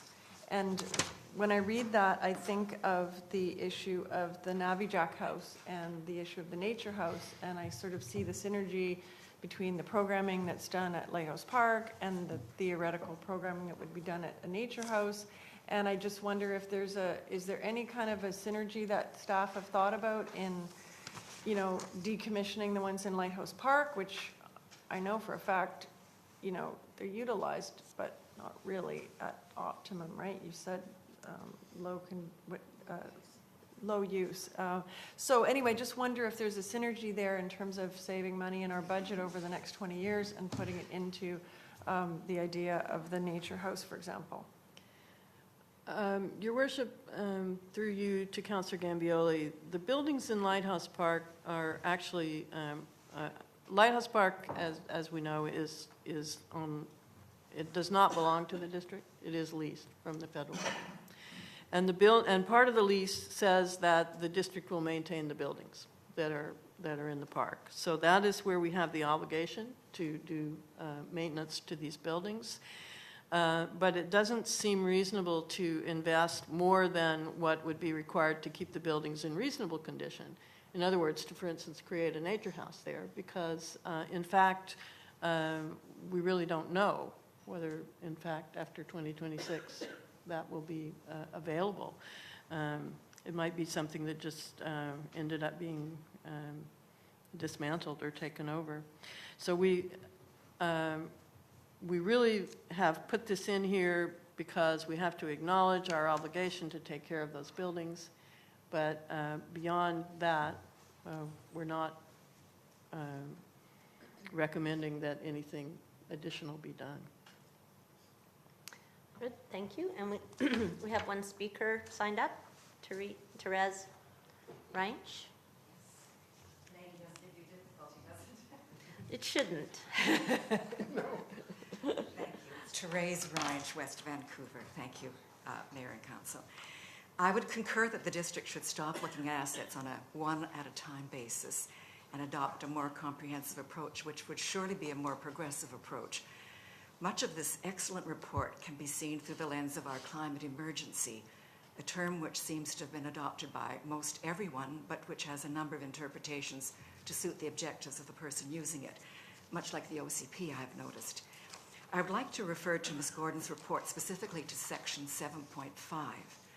The list of natural assets includes the foreshore, the urban and alpine forests, something that I've been advocating to protect for some 30 years, and still without an effective enforced tree bylaw, the watershed, streams, our main natural conveyance channels, and thank you to the stream keepers, riparian areas under the threat from development, grasslands and parks. These are all to the benefit of the residents of West Vancouver. It would be helpful to know what the expected timeline is for a regulatory structure that places a value on these natural assets. That's a question mark. Ms. Gordon's attendance and presentation at the CPA Natural Sector Conference in Ottawa was a major step forward in making others at this conference aware of and in giving some weight to the value of pursuing natural asset inventories. Now we have to make haste, gather all of the many parties who have a stake in this, and move forward in a progressive, timely manner to give meaning to this report. Thank you. Thank you. Councillor Soprovich? Yeah, just to follow up. Ms. Lemus, you told us some time ago that the license with the federal government on the Lighthouse Park, and that they would look at preservation of activities within that park other than tourism coming to visit. Girl Guides and other things, nature centers in that park, which require stable buildings and what have you. So if we have only 5 years from now to give our plan in position, should the buildings not be up to grade and everything else? Councillor Soprovich, so I think that's exactly what Isabel, what Ms. Gordon is saying, that we are going to maintain the buildings so that they are in usable condition. Our lease expires 2026, and we are starting to have conversations with the federal government and others in terms of, it's going to be a long process. And so we're not sure where we're going to land, but of course we're going to do our best to be successful. Thank you. Thank you. Thank you, Madam Mayor. All right, so I don't see any more questions. We'll get a motion. Councillor Lambert. Okay, I thought I was doing the next one, but... Oh, pardon me. You're right. Councillor Soprovich. I'll move that the report dated November 18, 2019, titled Asset Management Update, be received for information. Okay. So that was the report, Madam Mayor, November 18 last year. Yes, Updated by Ms. Gordon tonight. update. That's Yeah. good. Thank you. With thanks. Councillor Cameron. I think the point needs to be made, well, a couple points need to be made, because there's often a lot of misinformation floating around about this asset issue. First of all, staff have done tremendous work over the sort of the last 4 or 5 years in identifying in almost painstaking detail all of our assets and the condition of those assets. And so we have a very accurate and clear-eyed and comprehensive picture of the state of our assets, as we do of all of our finances. The problem with cleaning your glasses is that you see the you see the details around you in sharper focus. And so I think other municipalities, and certainly West Vancouver, previous to the last 4 or 5 years, managed to remain blissfully unaware of the state of their finances and the state of the assets in their communities, simply by not undertaking that study.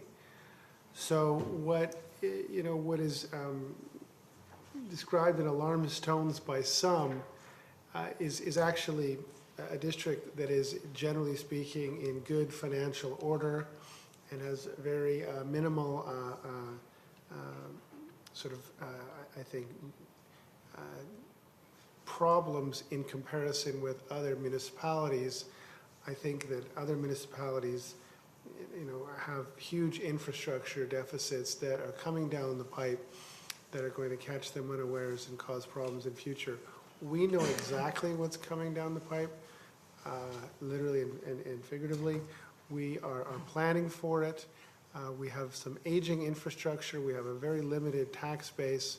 We have no commercial and very little, no industrial and very little commercial taxpayers. And what we've managed to accomplish is, I think, relatively remarkable in that we are planning not for the next year or 2 years, but for the next, in perpetuity. And so I think, that is, I would say, one of the things I'm most proud of accomplishing, because we're not leaving our children and their children a legacy of failing assets and debt, and infrastructure debt. We're leaving the community in a better shape than we found it. Just as one example, this community, this city hall, we've already spent roughly $13-14 million on seismically upgrading it, bringing it up to modern standards. That's in process, and we're going to have to spend another several million to finish it off. Well, that's not something that will need to be done for the next 40-odd years. So, sometimes when you have all the detail in front of you, it can be overwhelming, but I think this is very much a success story, and it's to credit of Ms. Lemus and Ms. Gordon for getting us to this state. Thank you. Okay, seeing no further speakers, I will call the question. All in favor? Opposed? Carried. Thank you. Item number 8. Horseshoe Bay Local Area Plan Phase 2 Progress Report.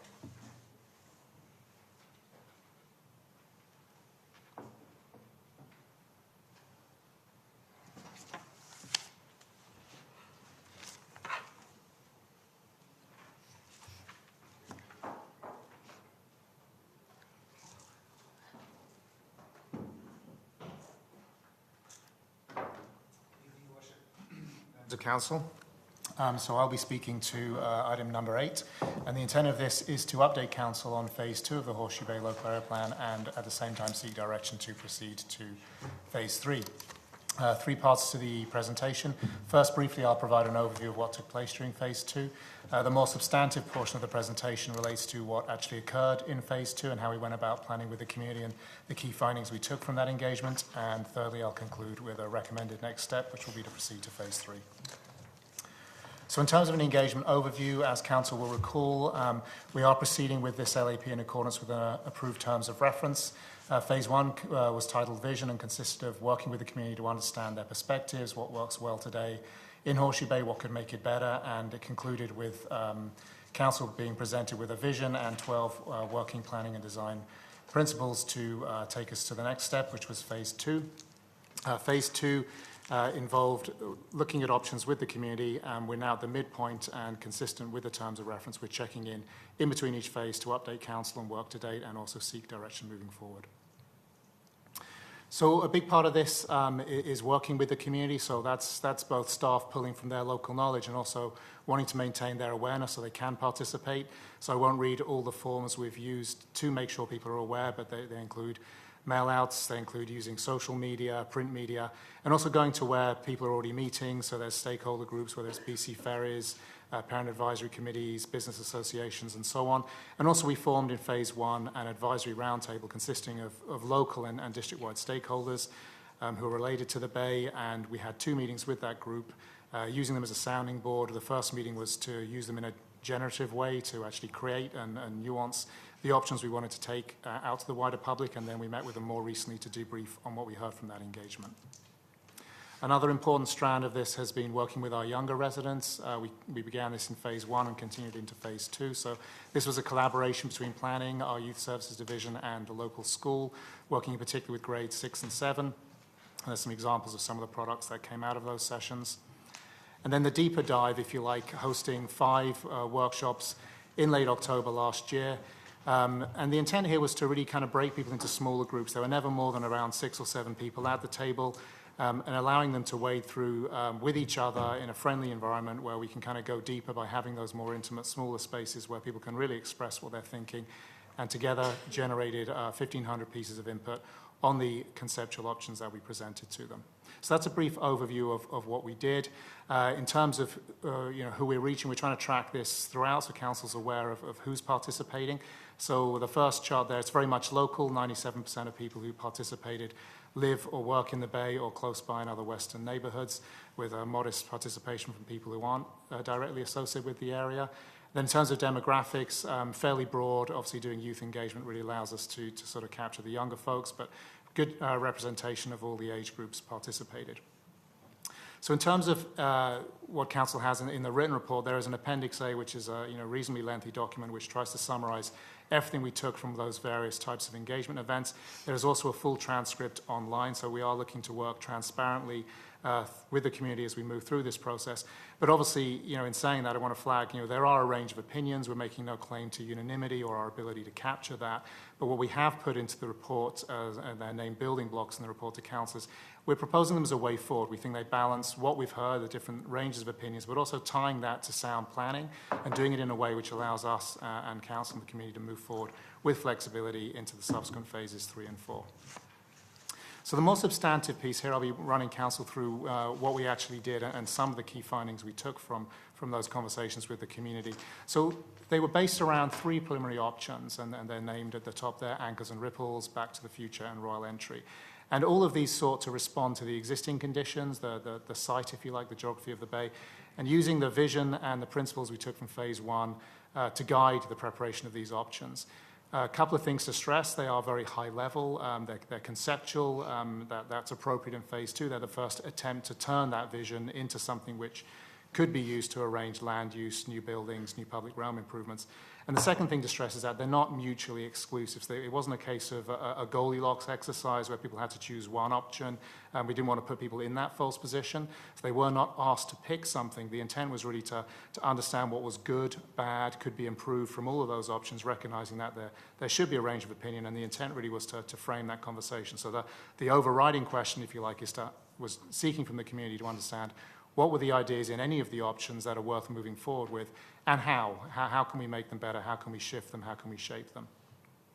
So the first of the options that we discussed with the community was titled Anchors and Ripples. And the intent here, or the unifying idea, if you like, was just to build on the existing structure or pattern of the village. So the community really helped us understand in phase 1 how the village works today, and it's very much waterfront oriented. So it's anchored by the water, if you like. There's a high-use Horseshoe Bay Park.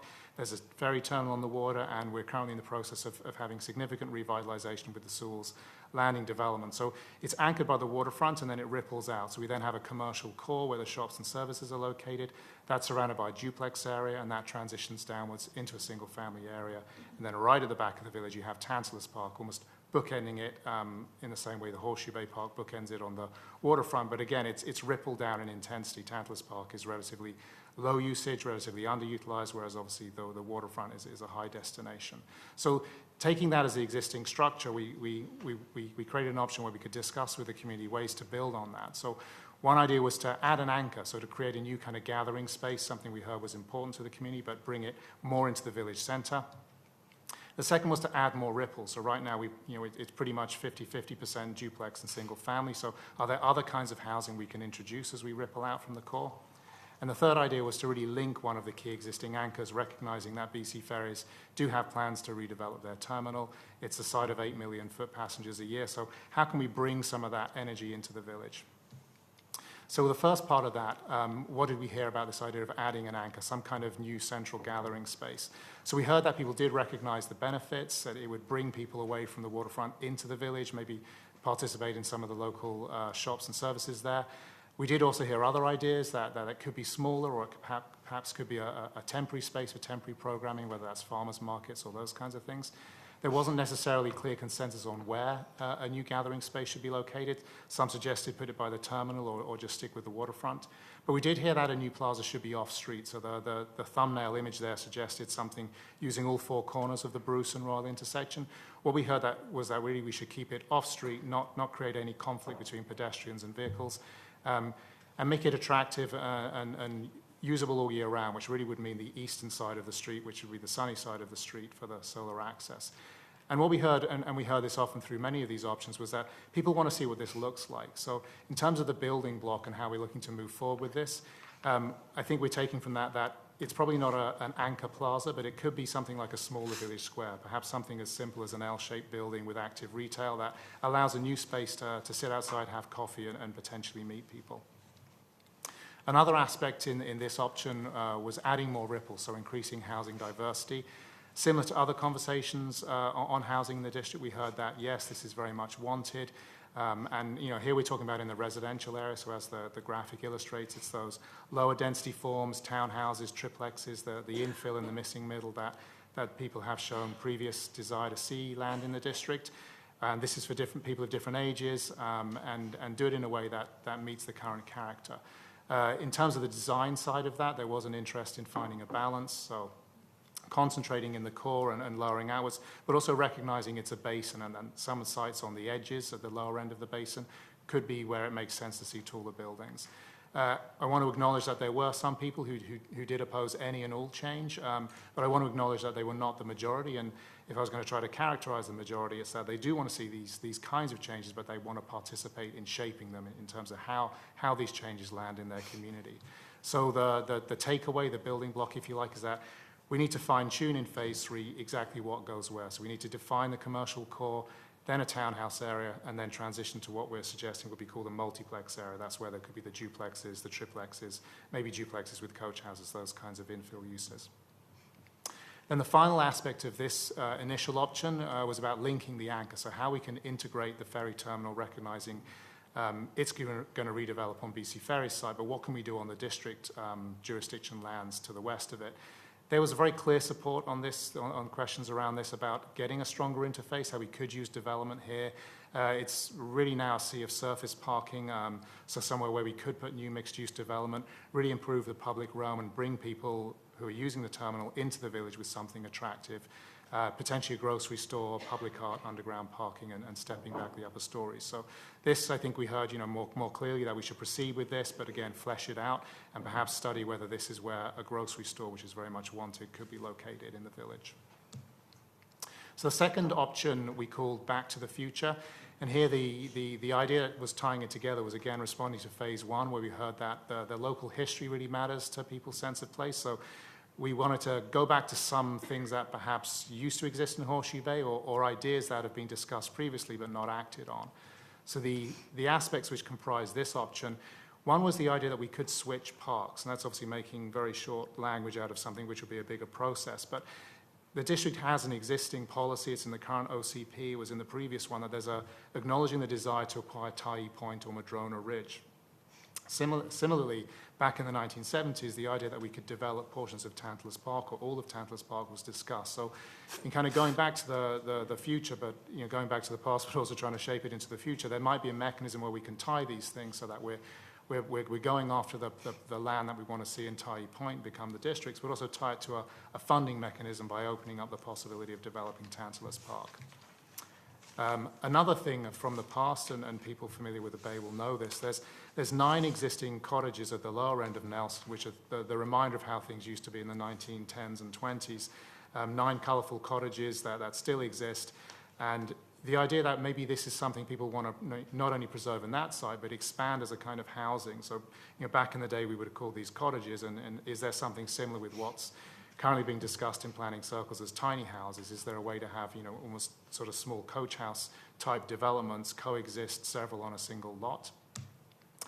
And then the third element here is, having conversations around what's missing in the bay. Is there something that used to be here? Is there something that we should try to land here as we plan for the future, recognizing that development is a tool to deliver the kinds of services or amenities you might want to see?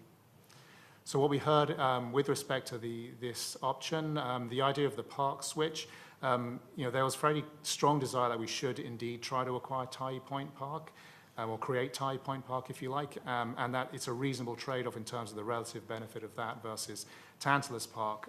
But we did also get out of those conversations some good information about how we could guide the consideration of any such move. So is it possible to retain long-term ownership of Tantalus Park and lease the land rather than sell it?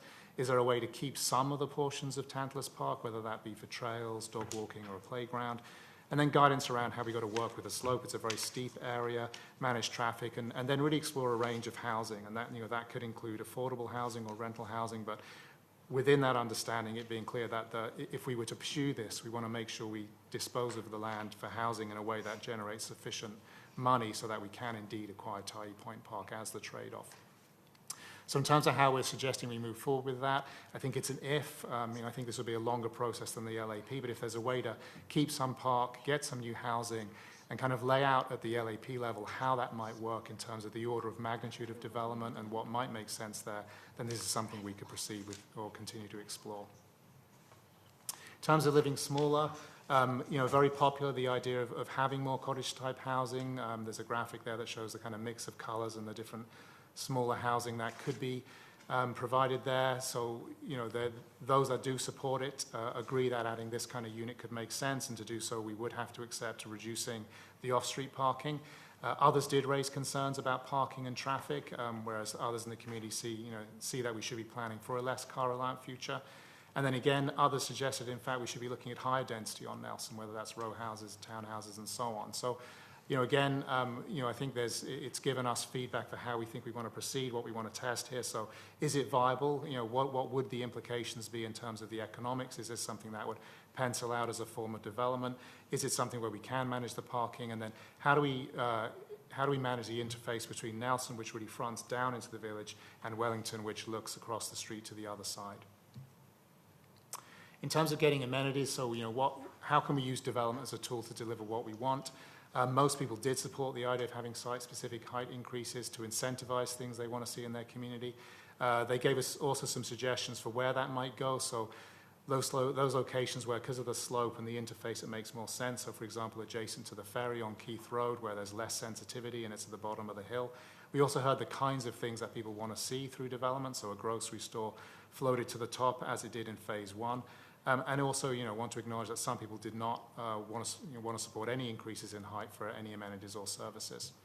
So what we think this means for the commercial core, what council will see in the building blocks in the report, is that we're trying to define this and gradually get more shape as we go through this process. So we think we're talking about a low-rise commercial core, so that would be 3 to 4 stories, but that we would consider modest height increases, which we're trying to define as 5 to 6 stories on those limited sites, and we would explore what they might mean in Phase 3.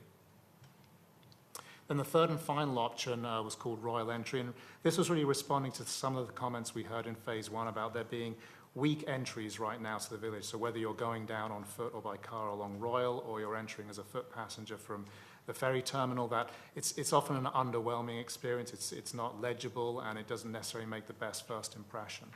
So some ideas to improve that was to strengthen Royal, create more of a spine, if you like, entering the village with townhouses, expanding a park, and maybe expanding the commercial area with new shops that would front Royal.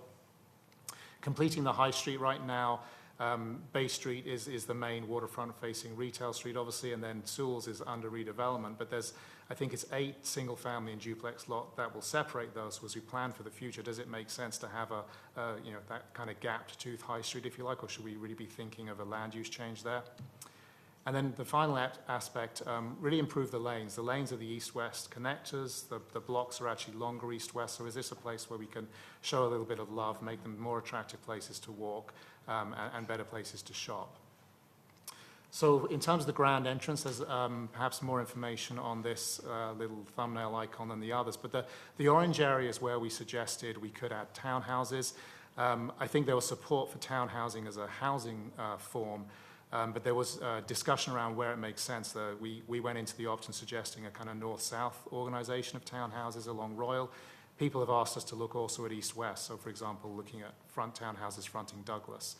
The green dot there shows an expanded Douglas Park. So council will be aware Douglas Park consists of the recently improved Mary Bay's Rain Garden and then also a play court used by the local teenagers. And then there's one single-family lot separating that park from Royal. So is there an idea to purchase that lot and expand it so that the park experience is actually something you experience and see as you enter the village along Royal?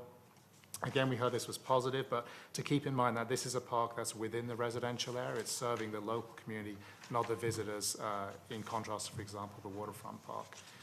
With respect to expanding mixed use, again, this was fairly well supported. It's something which could create more of a sense of arrival.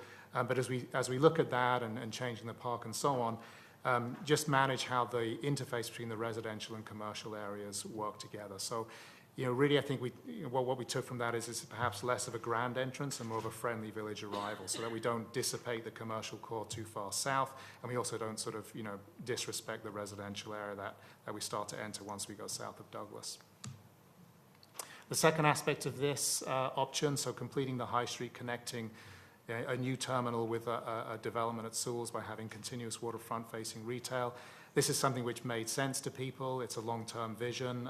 This could be also where we add live work, second-floor offices, and so on. Some people did suggest we should actually expand the commercial area further, go as far as Bruce, but there are concerns around the economic viability of that and the desire to keep the commercial core sort of tight, if you like, which normally strengthens retail viability. And then if we do, over time, expand the mixed-use area by connecting Bay Street from east to west, do so in a way that respects the scale and form of development of recent mixed-use projects on the Royal and Bay intersection, namely the galleries. So in terms of how we suggest moving forward with that, we should be planning for how this could happen. I want to stress over time some of the 8 lots that are not mixed use on Bay or commercial on Bay, we recognize they're new builds, so we're not suggesting that they would change overnight, but part of planning is obviously putting that long-term horizon so that we understand where we want to get to as a community, and that this is probably this is probably a good place where it makes sense to have, it could be more cafes, an ice cream store, but those places that are looking out onto the waterfront park and where people can enjoy the great views. So plan for this in the long term, but do so in a way that respects the scale and rhythm of Bay Street. The final aspect of this option, activating the lane. So, and this is really focusing on what's called Little Bay, so it's the lane in between Bay Street and Bruce Street. It's a place where you naturally land if you come out of the terminal, but it's fairly underwhelming. It's a place where you want to walk, but in terms of it's the ease of access, but not a place you necessarily enjoy walking. So we did hear that this is a good idea, that people want us to improve the public realm. We could think of double fronting retail, which would create some of those lower lease rate shops, which could allow for those sort of more quirky uses, which are important to Horseshoe Bay's sense of place. But if we do this, the art will be managing the needs of different users. So we ask a lot of our lanes in the same way we ask a lot of our streets. So it's got to work for pedestrians, for service vehicles, and so on. So in terms of how we want to take forward, it's an explore type statement. So is this feasible? Is there a way to balance the service needs with getting better commercial and pedestrian vibrancy? So that is a very quick summary of what we discussed with the community and what we're presenting in the report as the building blocks in terms of how we want to move forward. So we are seeking direction to proceed onto foundations. So this would be taking what's in the report, looking to refine those initial options into something firmer. We call it foundation, so it's not a complete plan, but it gives people a better sense of what a plan might look like. I want to stress in that nothing is predetermined. We're looking to move forward. These are directions that we propose, but obviously there's flexibility to keep moving forward as we go through phases 3 and 4. So phase 3 would really require 2 phases or two steps within it. So all of this implies some technical work, so we would look to engage some external consultants. Really, we're talking about 2 things. There's the land economics piece to understand what actually would work, what forms of development would be feasible, what's the kind of order of magnitude cost that we need to be talking about if we want to acquire Tyee Point Park. And then also an urban design piece. So we would call this proof of concepts or test fits to understand what these different types of development we're talking about, how they would fit in the different locations, the different streets that we're suggesting. This would typically take around 3 months. That would be pending successful procurement of those external consulting services, but we're ballparking February to April. And the intent of all that work is obviously then to bring something back to the public so that they can participate meaningfully. So if consulting work proceeds smoothly, we could go to CEC in the spring, and then we'd be targeting late spring, so May, June, to go back out to the wider public. And then after that, obviously, similar to today, we would come back to council and advise them on what we'd heard and seek direction to move on to phase 4. So with that, the recommendation is that council receive the findings attached as Appendix A for information, and that they direct us to move forward to phase 3 per the next steps described in the report. Thank you. All righty, thank you. Councillor Soprovich. Thank you, Madam Mayor. Well done, Mr. Hawkins. Did you have communication with BC Ferries in relationship to the eastern side of Horseshoe Bay and their future plans? Through your worship, yes, we have. Staff consider them a stakeholder in our process as they do in theirs. So Keith Road is the boundary, if you like. So what we're really trying to focus on is lands west of Keith Road, and that's where the public has identified our opportunity, if you like, to take advantage of the foot traffic of the ferry terminal and bring it into the village and create that better first impression I was speaking of. With respect to BC Ferries, I think they delegated to council towards the end of last year. My understanding is, and that was part of their wider engagement, they held stakeholder meetings, they met with the public. My understanding is that now they're reviewing their findings from their most recent pulse of engagement. They obviously have their own internal reporting structure. They'll be taking that up to their board before firming up what their own plans might be, and then bringing that back out to the public. Okay. I remember years back when the 3-story live-work building was across from Trolls on Bay Street. There was a firestorm out there about height. And now I see that there's an acceptance of 5- and 6-story buildings in the lower region. Through your worship, I think I think I'd be remiss if that was the implication that 5 or 6 stories would go everywhere. I think what we're trying to suggest is that low-rise mixed use is the general expected form of development, and obviously all of this we're still in the middle of a process, and we want to sort of shape what that might look for the public and take their feedback. But we have heard that there is an open-mindedness to modest increases to that. As long as it makes sense in terms of where it goes, so for example, perhaps adjacent to the ferry terminal, and as long as it makes sense in terms of what it delivers for the community. Part of that conversation was really trying to get people to recognize that development, while often difficult to accept, and people typically weigh in and have opinions, it is how we can deliver things on behalf of the community. That could be rental housing, it could be a grocery store, but the kinds of things that people have said they want to see in Horseshoe Bay. Okay, and just my final, in the upper reaches of the Nelson going out, the land above around where the fire hall was and where the church is, your recommendations is smaller units in single-family lots? Through your worship. Yeah, so the study area was expanded as an outcome of phase 1, so it brought it up to that roundabout, the intersection you're referring to. In terms of what we heard, so that was an outcome of phase 1. In terms of what we heard in phase 2, we did suggest that cottage-type development, that sort of reminiscence, or the modern version would be tiny homes. So it could be things like 4 1,200 square foot, almost coach houses on a single lot. So kind of smaller living options, smaller ownership, or relatively more affordable ownership options. As we discussed that with the community, one of the takeaways was that people see Wellington and Nelson as two different creatures, if you like. Nelson is perhaps really all about trying to get more eyes on the street. It flows into the bay. That's where the existing cottages front.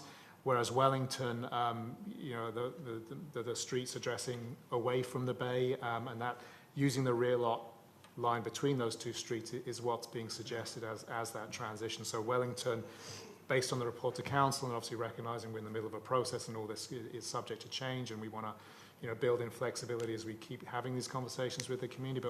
But the report does suggest that Wellington would be governed by its existing land use policies and zoning, and Nelson fronting properties would be a place where we're looking to pencil out this idea of could we have those tiny houses, could we have those cottages. Okay, and did you discuss the small non-conforming 3 or 4 or 5 cottages on Nelson on the right-hand side as you're going up, who have been preserved for all these years? Through your worship, very much so, and I think we would sort of point to that as being the inspiration, if you like. We heard they mattered to the community in phase 1, so what we want to understand is economically, could we have the modern day version of that? Is that something which pencils out economically, and is it something which we can accommodate, recognizing the slope and the lot length and so on? Yeah. Okay, thank you. Councillor Wong. Thank you, Mr. Hawkins, for your presentation. I was wondering if you could explain, so I noticed in your report that the original plan was for phase 3 to conclude by the first quarter of 2020, but now we're looking at possibly until the first half. What changed and how come it changed? Yeah, through your worship, yeah, I mean, I concur with Councillor Wong that we began this in accordance with the terms of reference. Those terms of reference obviously are an estimate, they're a timeline, and they indicate that we want to be responsive as we go through this process, as we work with the community. And they also point out some of the things which can impact timing. One of them was any increase in the study area, which it did increase, and another was rezoning applications within the area. And as council will be aware, there was 2 council considerations or consideration at 2 meetings of a proposal, Tantalus Gardens. This does change the focus somewhat of at least how the community participates. It does become something which people want to discuss. So we're looking to work, we're looking to respond to what we're hearing through this process, recognizing that some things do create additional time. And then other than that, it's really about managing capacity and priorities, situating this work within other council priorities. Typically we would report to council perhaps once a year on climate-related files. I think at the next meeting there'll be the 3rd of what will ultimately become 4 reports on climate action within a 12-month period. So it's balancing capacity, priorities, and then also being responsive to the process as we go through it. Sure, and then, so therefore, for future LAPs or subsequent LAPs, do you foresee this sort of additional time having to be built into those processes? Through your worship, I think staff would definitely want to commence any other LAP with a terms of reference. I think it's important to have a timeline, and within those terms of reference recognize obviously that is, good listening is also about responding, but I think it's useful to have the timeline. You want to manage expectations and you want to work efficiently. I would say in terms of Horseshoe Bay and other local area plans that if this becomes a 15th or 18-month process, I think that would still be actually efficient compared to local area plans elsewhere in the region, and it would have been conducted with a lot fewer resources. Okay. So then finally, I guess, are there sort of best practices that you could perhaps recommend for the subsequent LAPs in terms of making sure that they're done thoroughly, but also efficiently and effectively?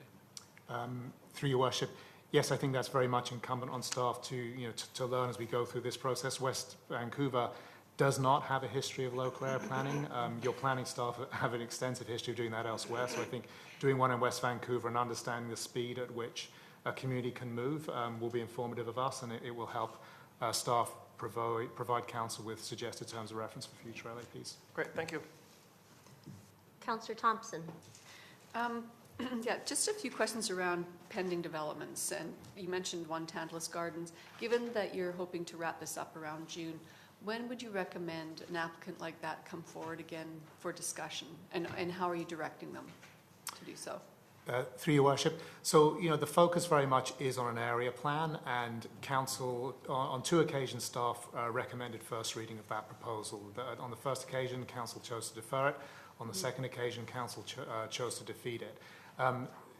This has meant that people are participating in local area plan events with a very particular view about that application. I don't think I'm surprising anyone if I describe that view as polarized. It has been a polarizing issue, and our job throughout the local area plan has been to try to bring people up a level, think about area planning, not site planning, and think long term. Not a decision that's being made today, but a series of gentle developments that would realistically occur over decades, more than just years.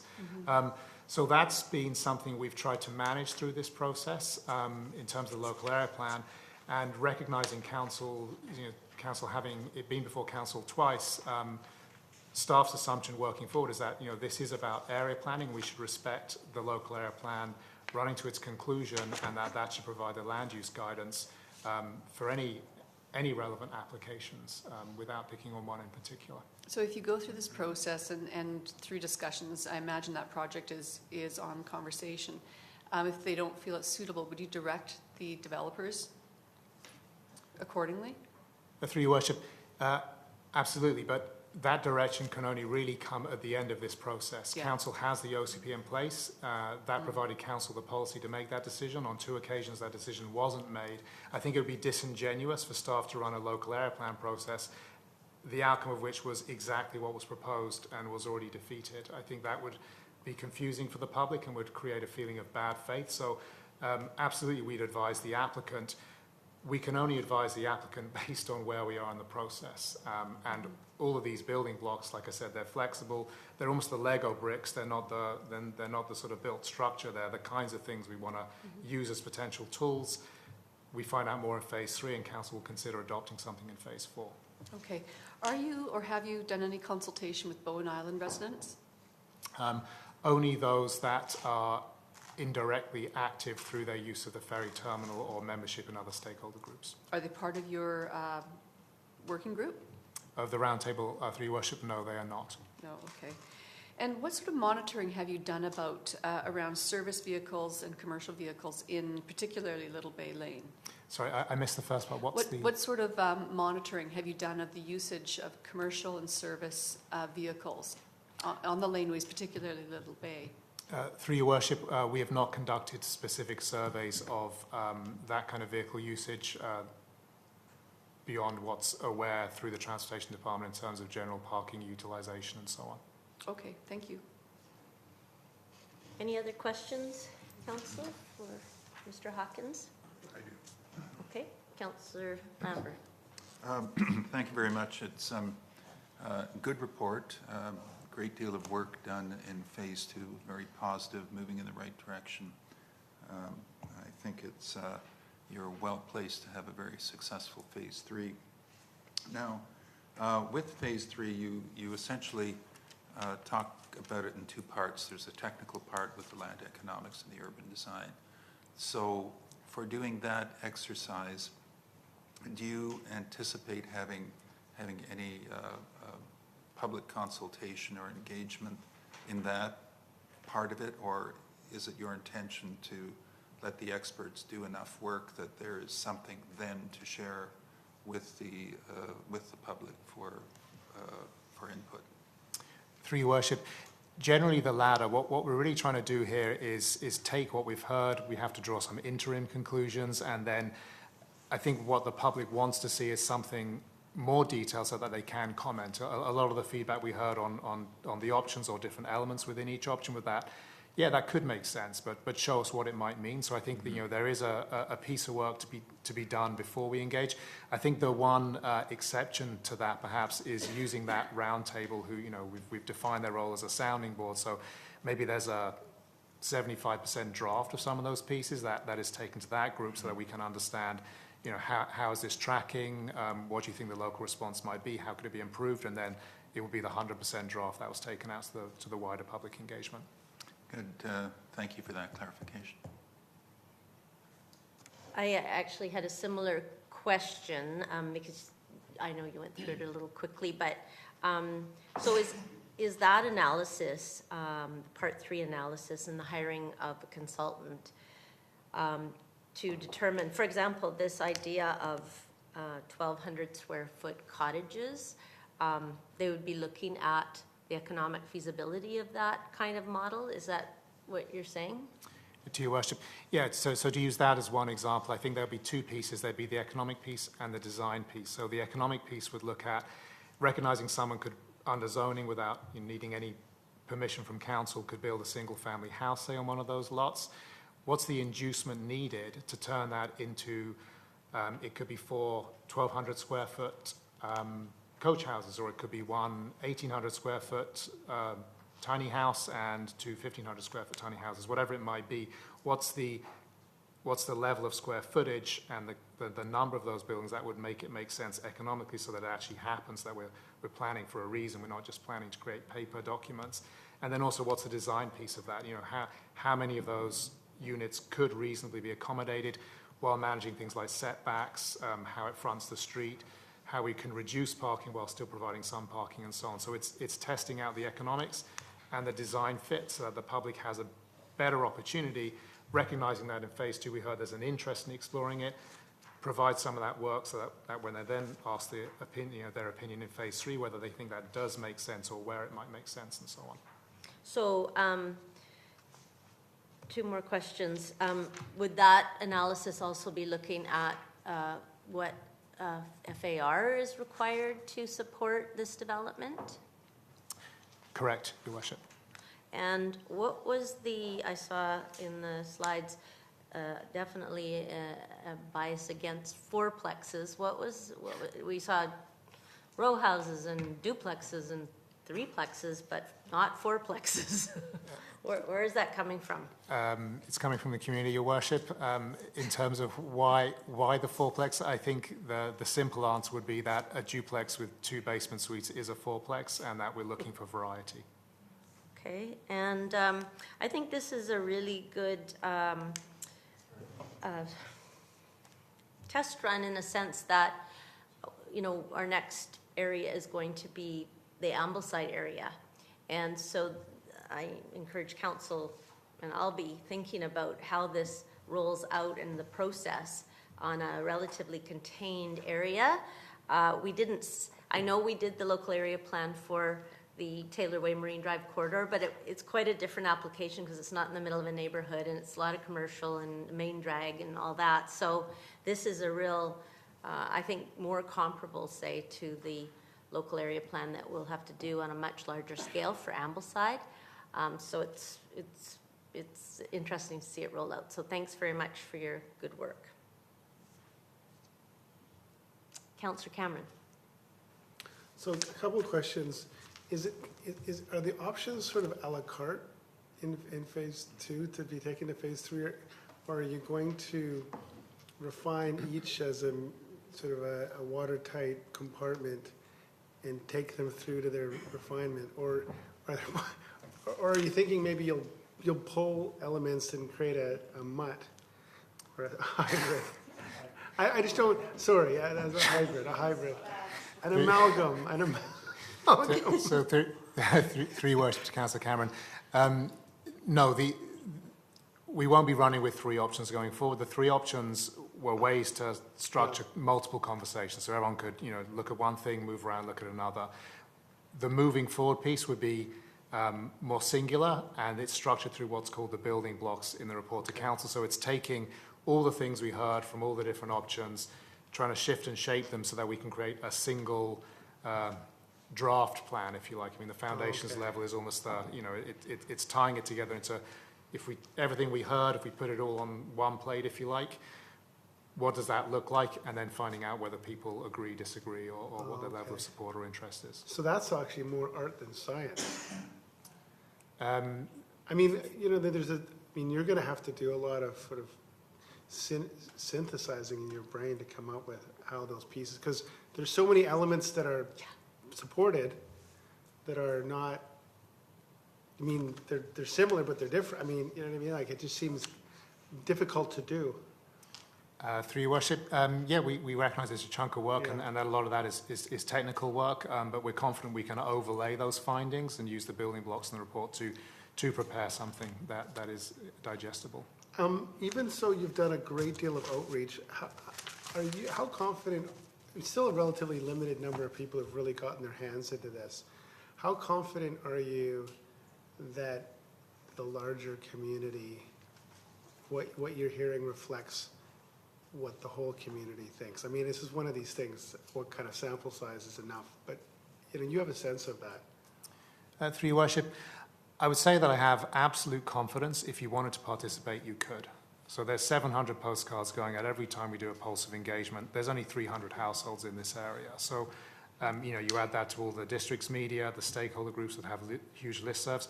I'm confident that if you wanted to be part of this conversation, you had every opportunity to be. There's events during the day, during the evening, during the weekend, and so on. In terms of, you know, how the numbers compare to that, we are tracking who's participating, you know, place of residence, or at least neighborhood of residence. You know, we reached a couple of hundred people in phase 2 in a study area which has 300 households. That's not bad. Phase 1 was even more, but it was also a broader geography. So, you know, I think staff do our best. We take CEC's guidance. Council will still be told when they have a plan in front of them to adopt that it's the first you heard of it. My hope is that council can measure the reasonableness of that statement. Yeah, it's just the problem is we seem to get more people out to oppose something than we do to be part of the solution. But anyway, let's hope for this isn't the case. So finally, I just wanted to ask you about Tyee Park and that, the land title. And I apologize if I missed it because I looked around for it. This notion of acquiring it, I didn't, it does sound pretty attractive in many respects. What's the status of the titles and how feasible is it to acquire it? Through your worship, so there would be 2 particular properties currently under single ownership that the district could seek to acquire. In terms of how feasible it is, what this local area plan, or the idea where we are at this interim phase, is to identify at least the order of magnitude and to give council a potential funding mechanism. You already have policy that says we want to seek to acquire these lands. They're in your official community plan. They were in the 2004 official community plan. What we want to get out of this local area plan is an identification of what's the square footage, if you like, of potential development that would be required on Tantalus Park to give us the kind of ballpark of funds. I think as we go through that process, we're as much guiding a future implementation as we are landing that. If, for example, you use the ongoing Gordon Avenue process, you know, it's going to take time. So if council wants to proceed with disposing of all or part of Tantalus Park, that's going to take a series of more detailed studies than anything a local area plan is going to do as we go through different forms of development, different tenures, and so on, to create the money that could be used or would be required if we wanted to go after Tyee Point Park. But the intent is for the local area plan, if this idea has merit, and we've still got 2 phases to go, so you'd have a policy framework to do that and a plan that funds itself, right? I mean, the intent is not to put council in a position where you're adopting a local area plan which has a price tag. It should be something where development is a tool to generate things like CACs, potential land disposition and land swaps, and so on. But do you have any sense of whether there's a willing seller? Staff, based on the direction this plan moves in, would then be able to, if we get direction to proceed, begin to have those conversations. Properties are assessed. They're not necessarily sold for their assessed value.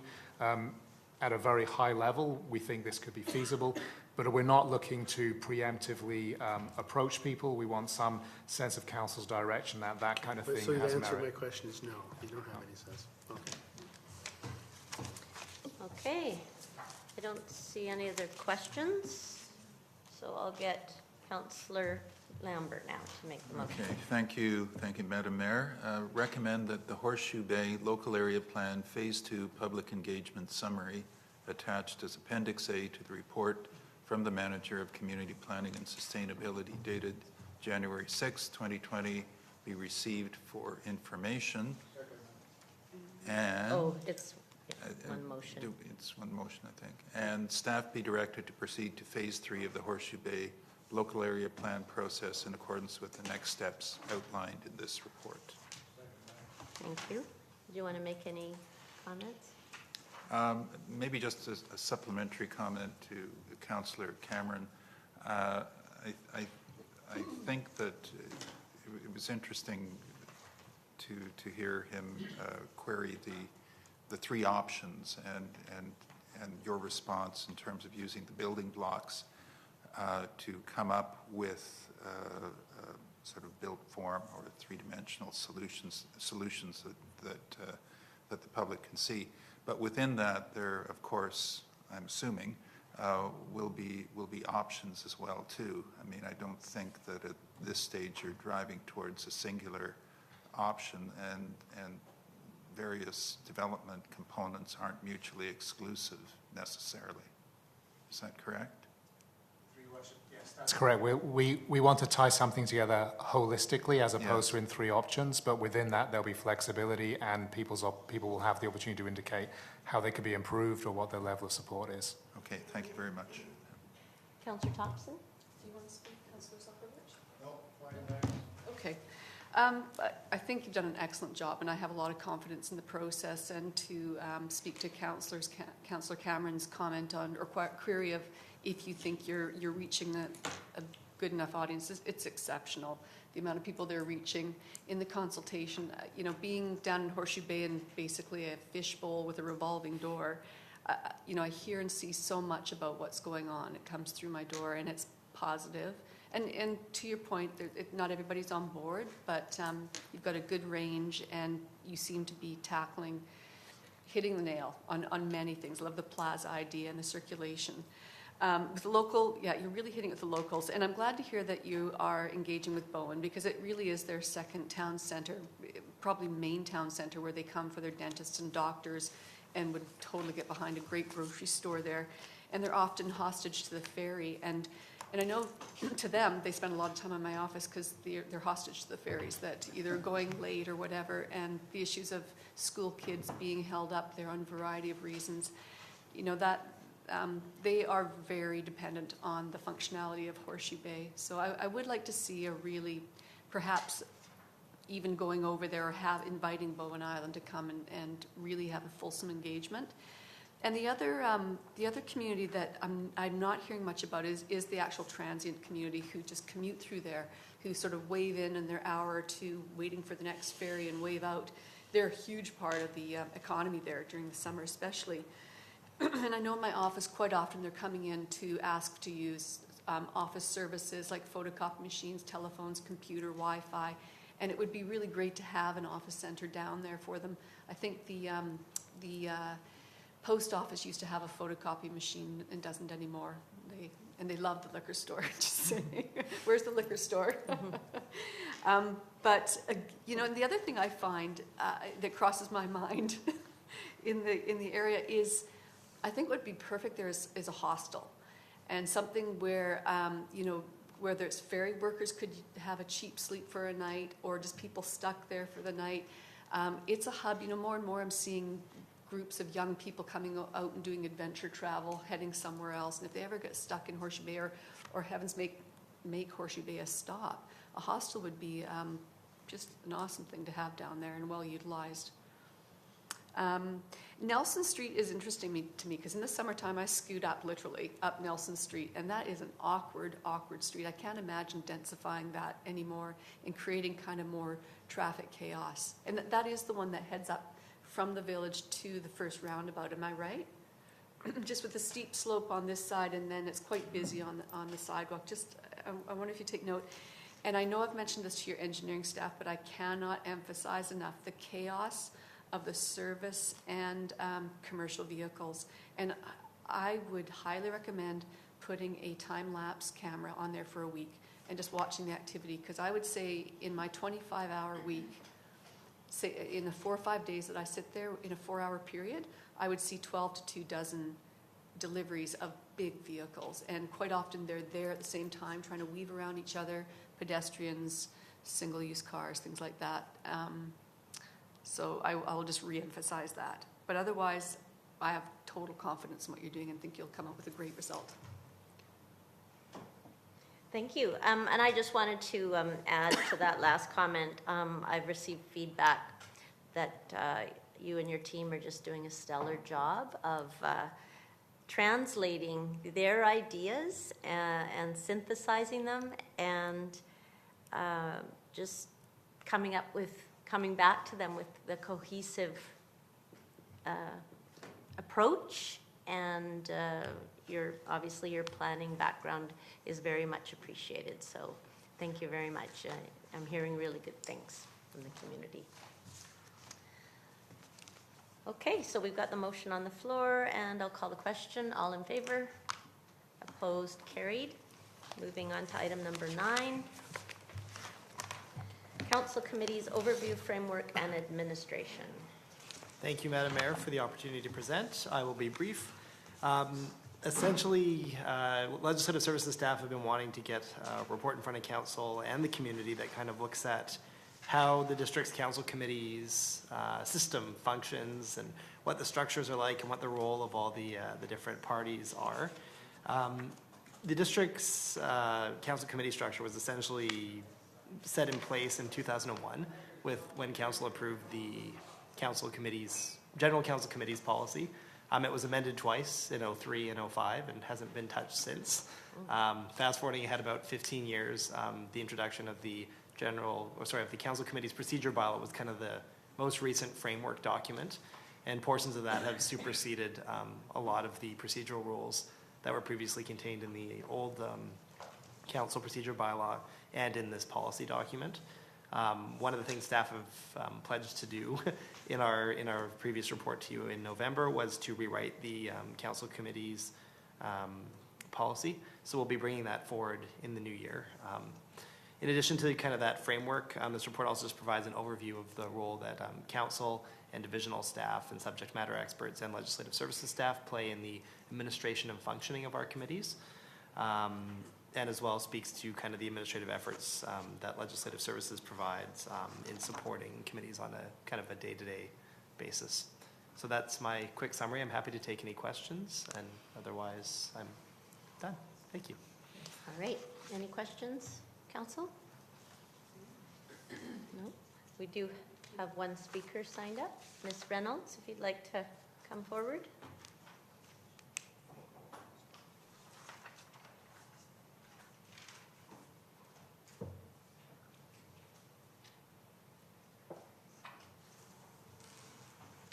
Good evening, Mayor and Council. This is a fantastic report, 38 pages, and I'm still trying to go through it. And so congratulations to the staff, and it's a really, really great job that they've done. There are a few recommendations or suggestions I would have, but I'm not quite sure when it would be appropriate to do so. And the other thing, since it did say in the note something about it hadn't gone out to the public, I'm wondering, since it is about committee procedures, perhaps it could be given to the various committees and working groups to look at and see if they say, yay, or could you do this, or could you take, just so that they could have an overview and have some input, that's all. So it was a great study. Thank you very much. Thank you. We'll take, Mr. Panatin's taken notes. All right, so Councillor Gambioli. So I will recommend that the report dated January 2nd, 2020 from the Director of Legislative Services, Corporate Officer regarding council committees, overview, framework, and administration be received for information. Okay. I just want to say, I think this is an example of something that Mr. Panatin has, sorry, you're going to speak to it? You didn't press the button. Well, yes, I did. Okay, Councillor Gambioli. Made the motion. So I just wanted to say that I really appreciate the proactive initiative of the Legislative Services Department to improve the functioning of our committees, and clarifying the supports and the council, the expectations for council reps, I think is an important part of this too. Thank you. Councillor Thompson, did you have anything to add as seconder? No, again, thank you, and I do agree with Ms. Reynolds that it'd be great to review the committees if that's not already part of the program. Madam Mayor, with regards to Ms. Reynolds' comments, and through you to Councillor Thompson, my apologies. With regard to this report, because it was mostly backwards looking and historical in nature, staff did not go out and do any consultation. However, we'd be happy to circulate it to the various committee representatives, and maybe they could schedule it just for information on their various committee meetings, so that the committee members have a chance to read this material, and if they do have any feedback, then they can certainly provide that to us. Thank you. Great. Thank you. Councillor Cameron. Yeah, I wanted to say much the same thing as Councillor Gambioli said. I really appreciate, this is not a sexy issue.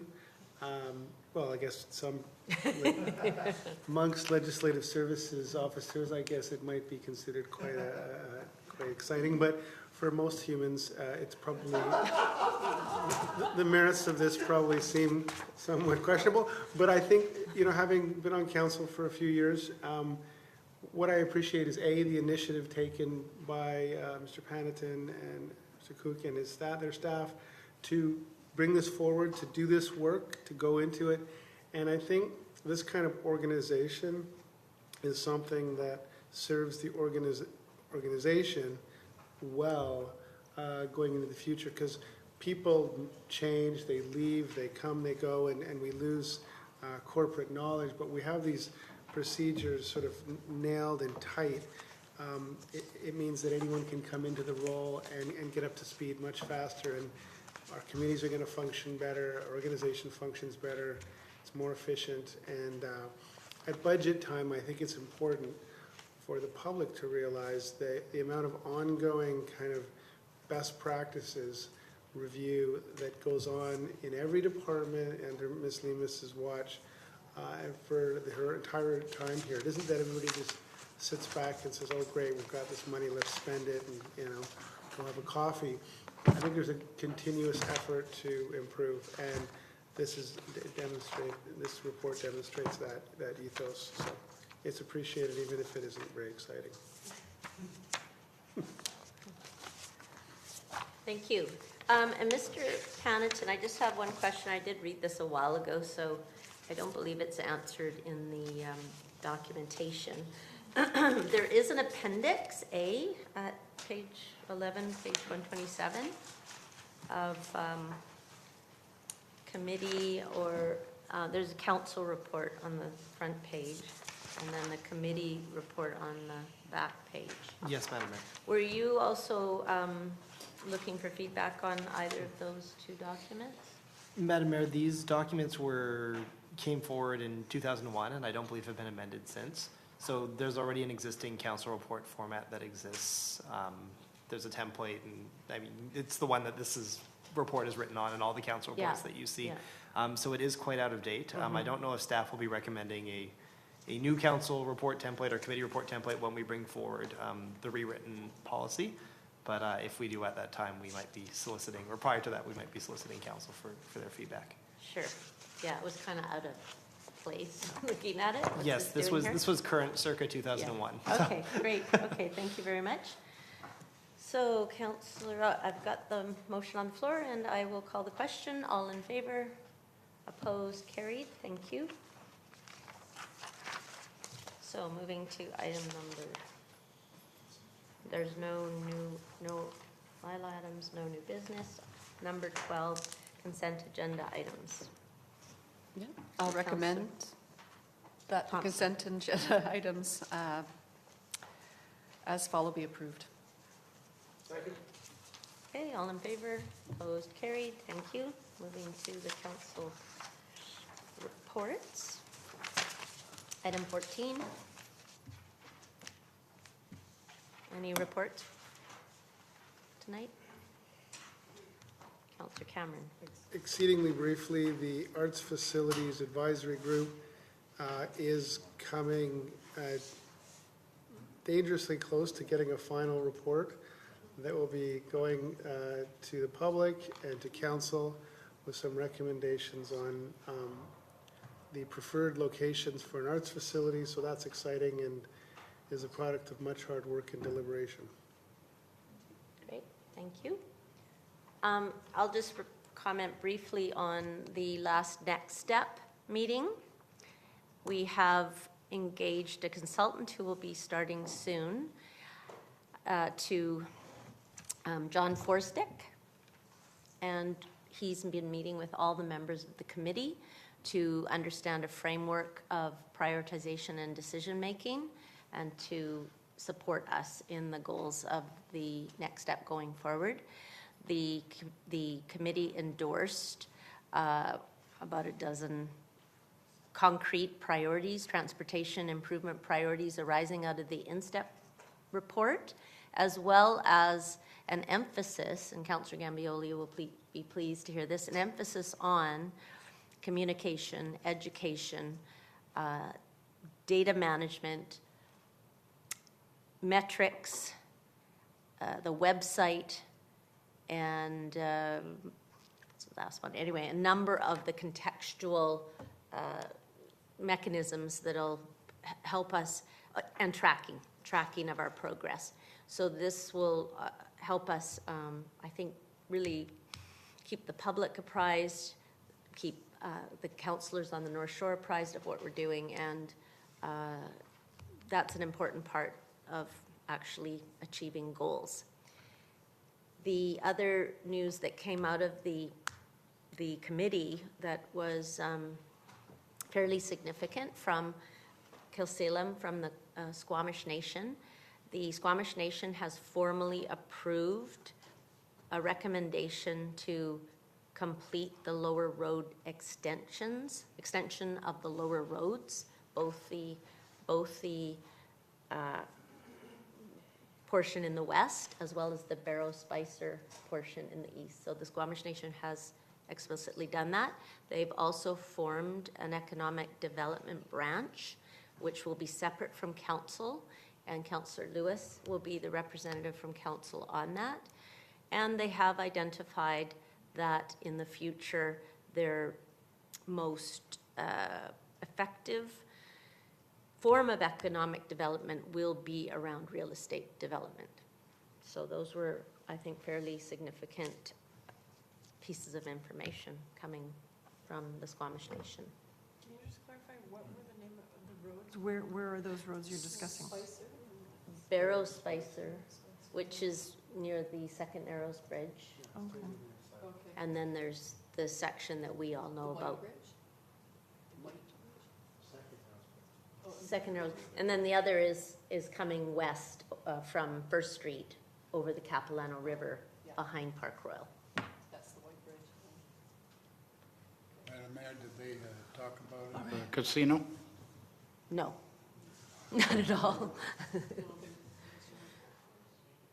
All right, Councillor Thompson. Actually, I just had a follow-up question on your report as well. Are there any reports from any of the transportation studies that have started? Is there any feedback from those? Yes, so Mr. Fung isn't here, but we will be receiving a report on the rapid transit, phase 1 of the rapid transit Burrard Inlet crossing report. When? We are going to be working with the ministry on the rollout of it, but we're hoping, I think we had tentatively set a date at the end of February, but that might be a bit premature, we've been told.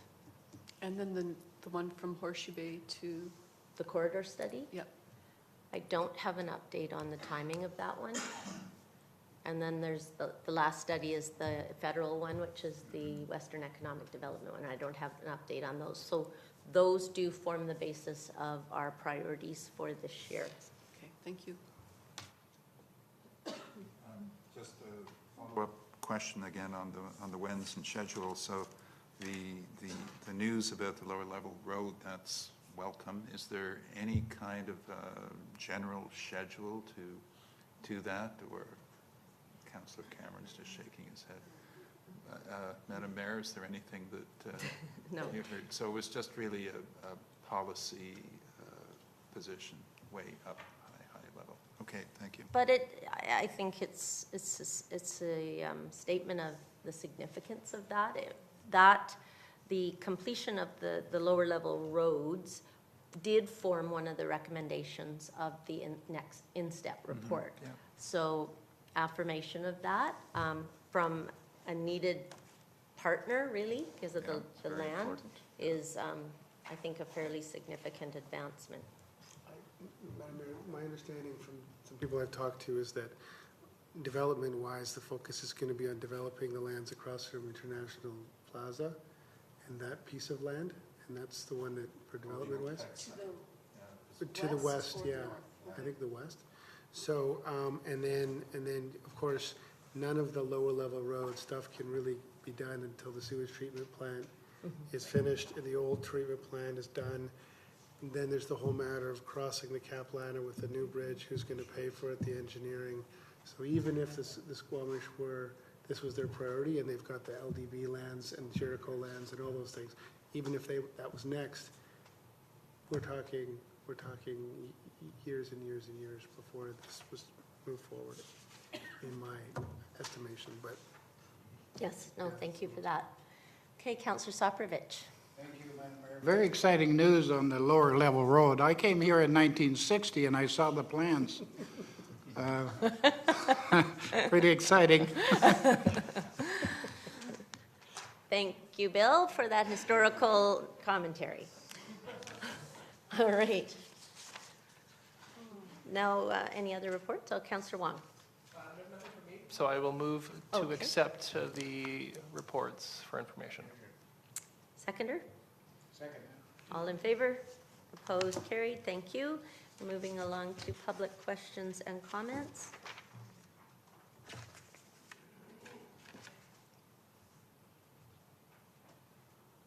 Carol Ann Reynolds, sorry.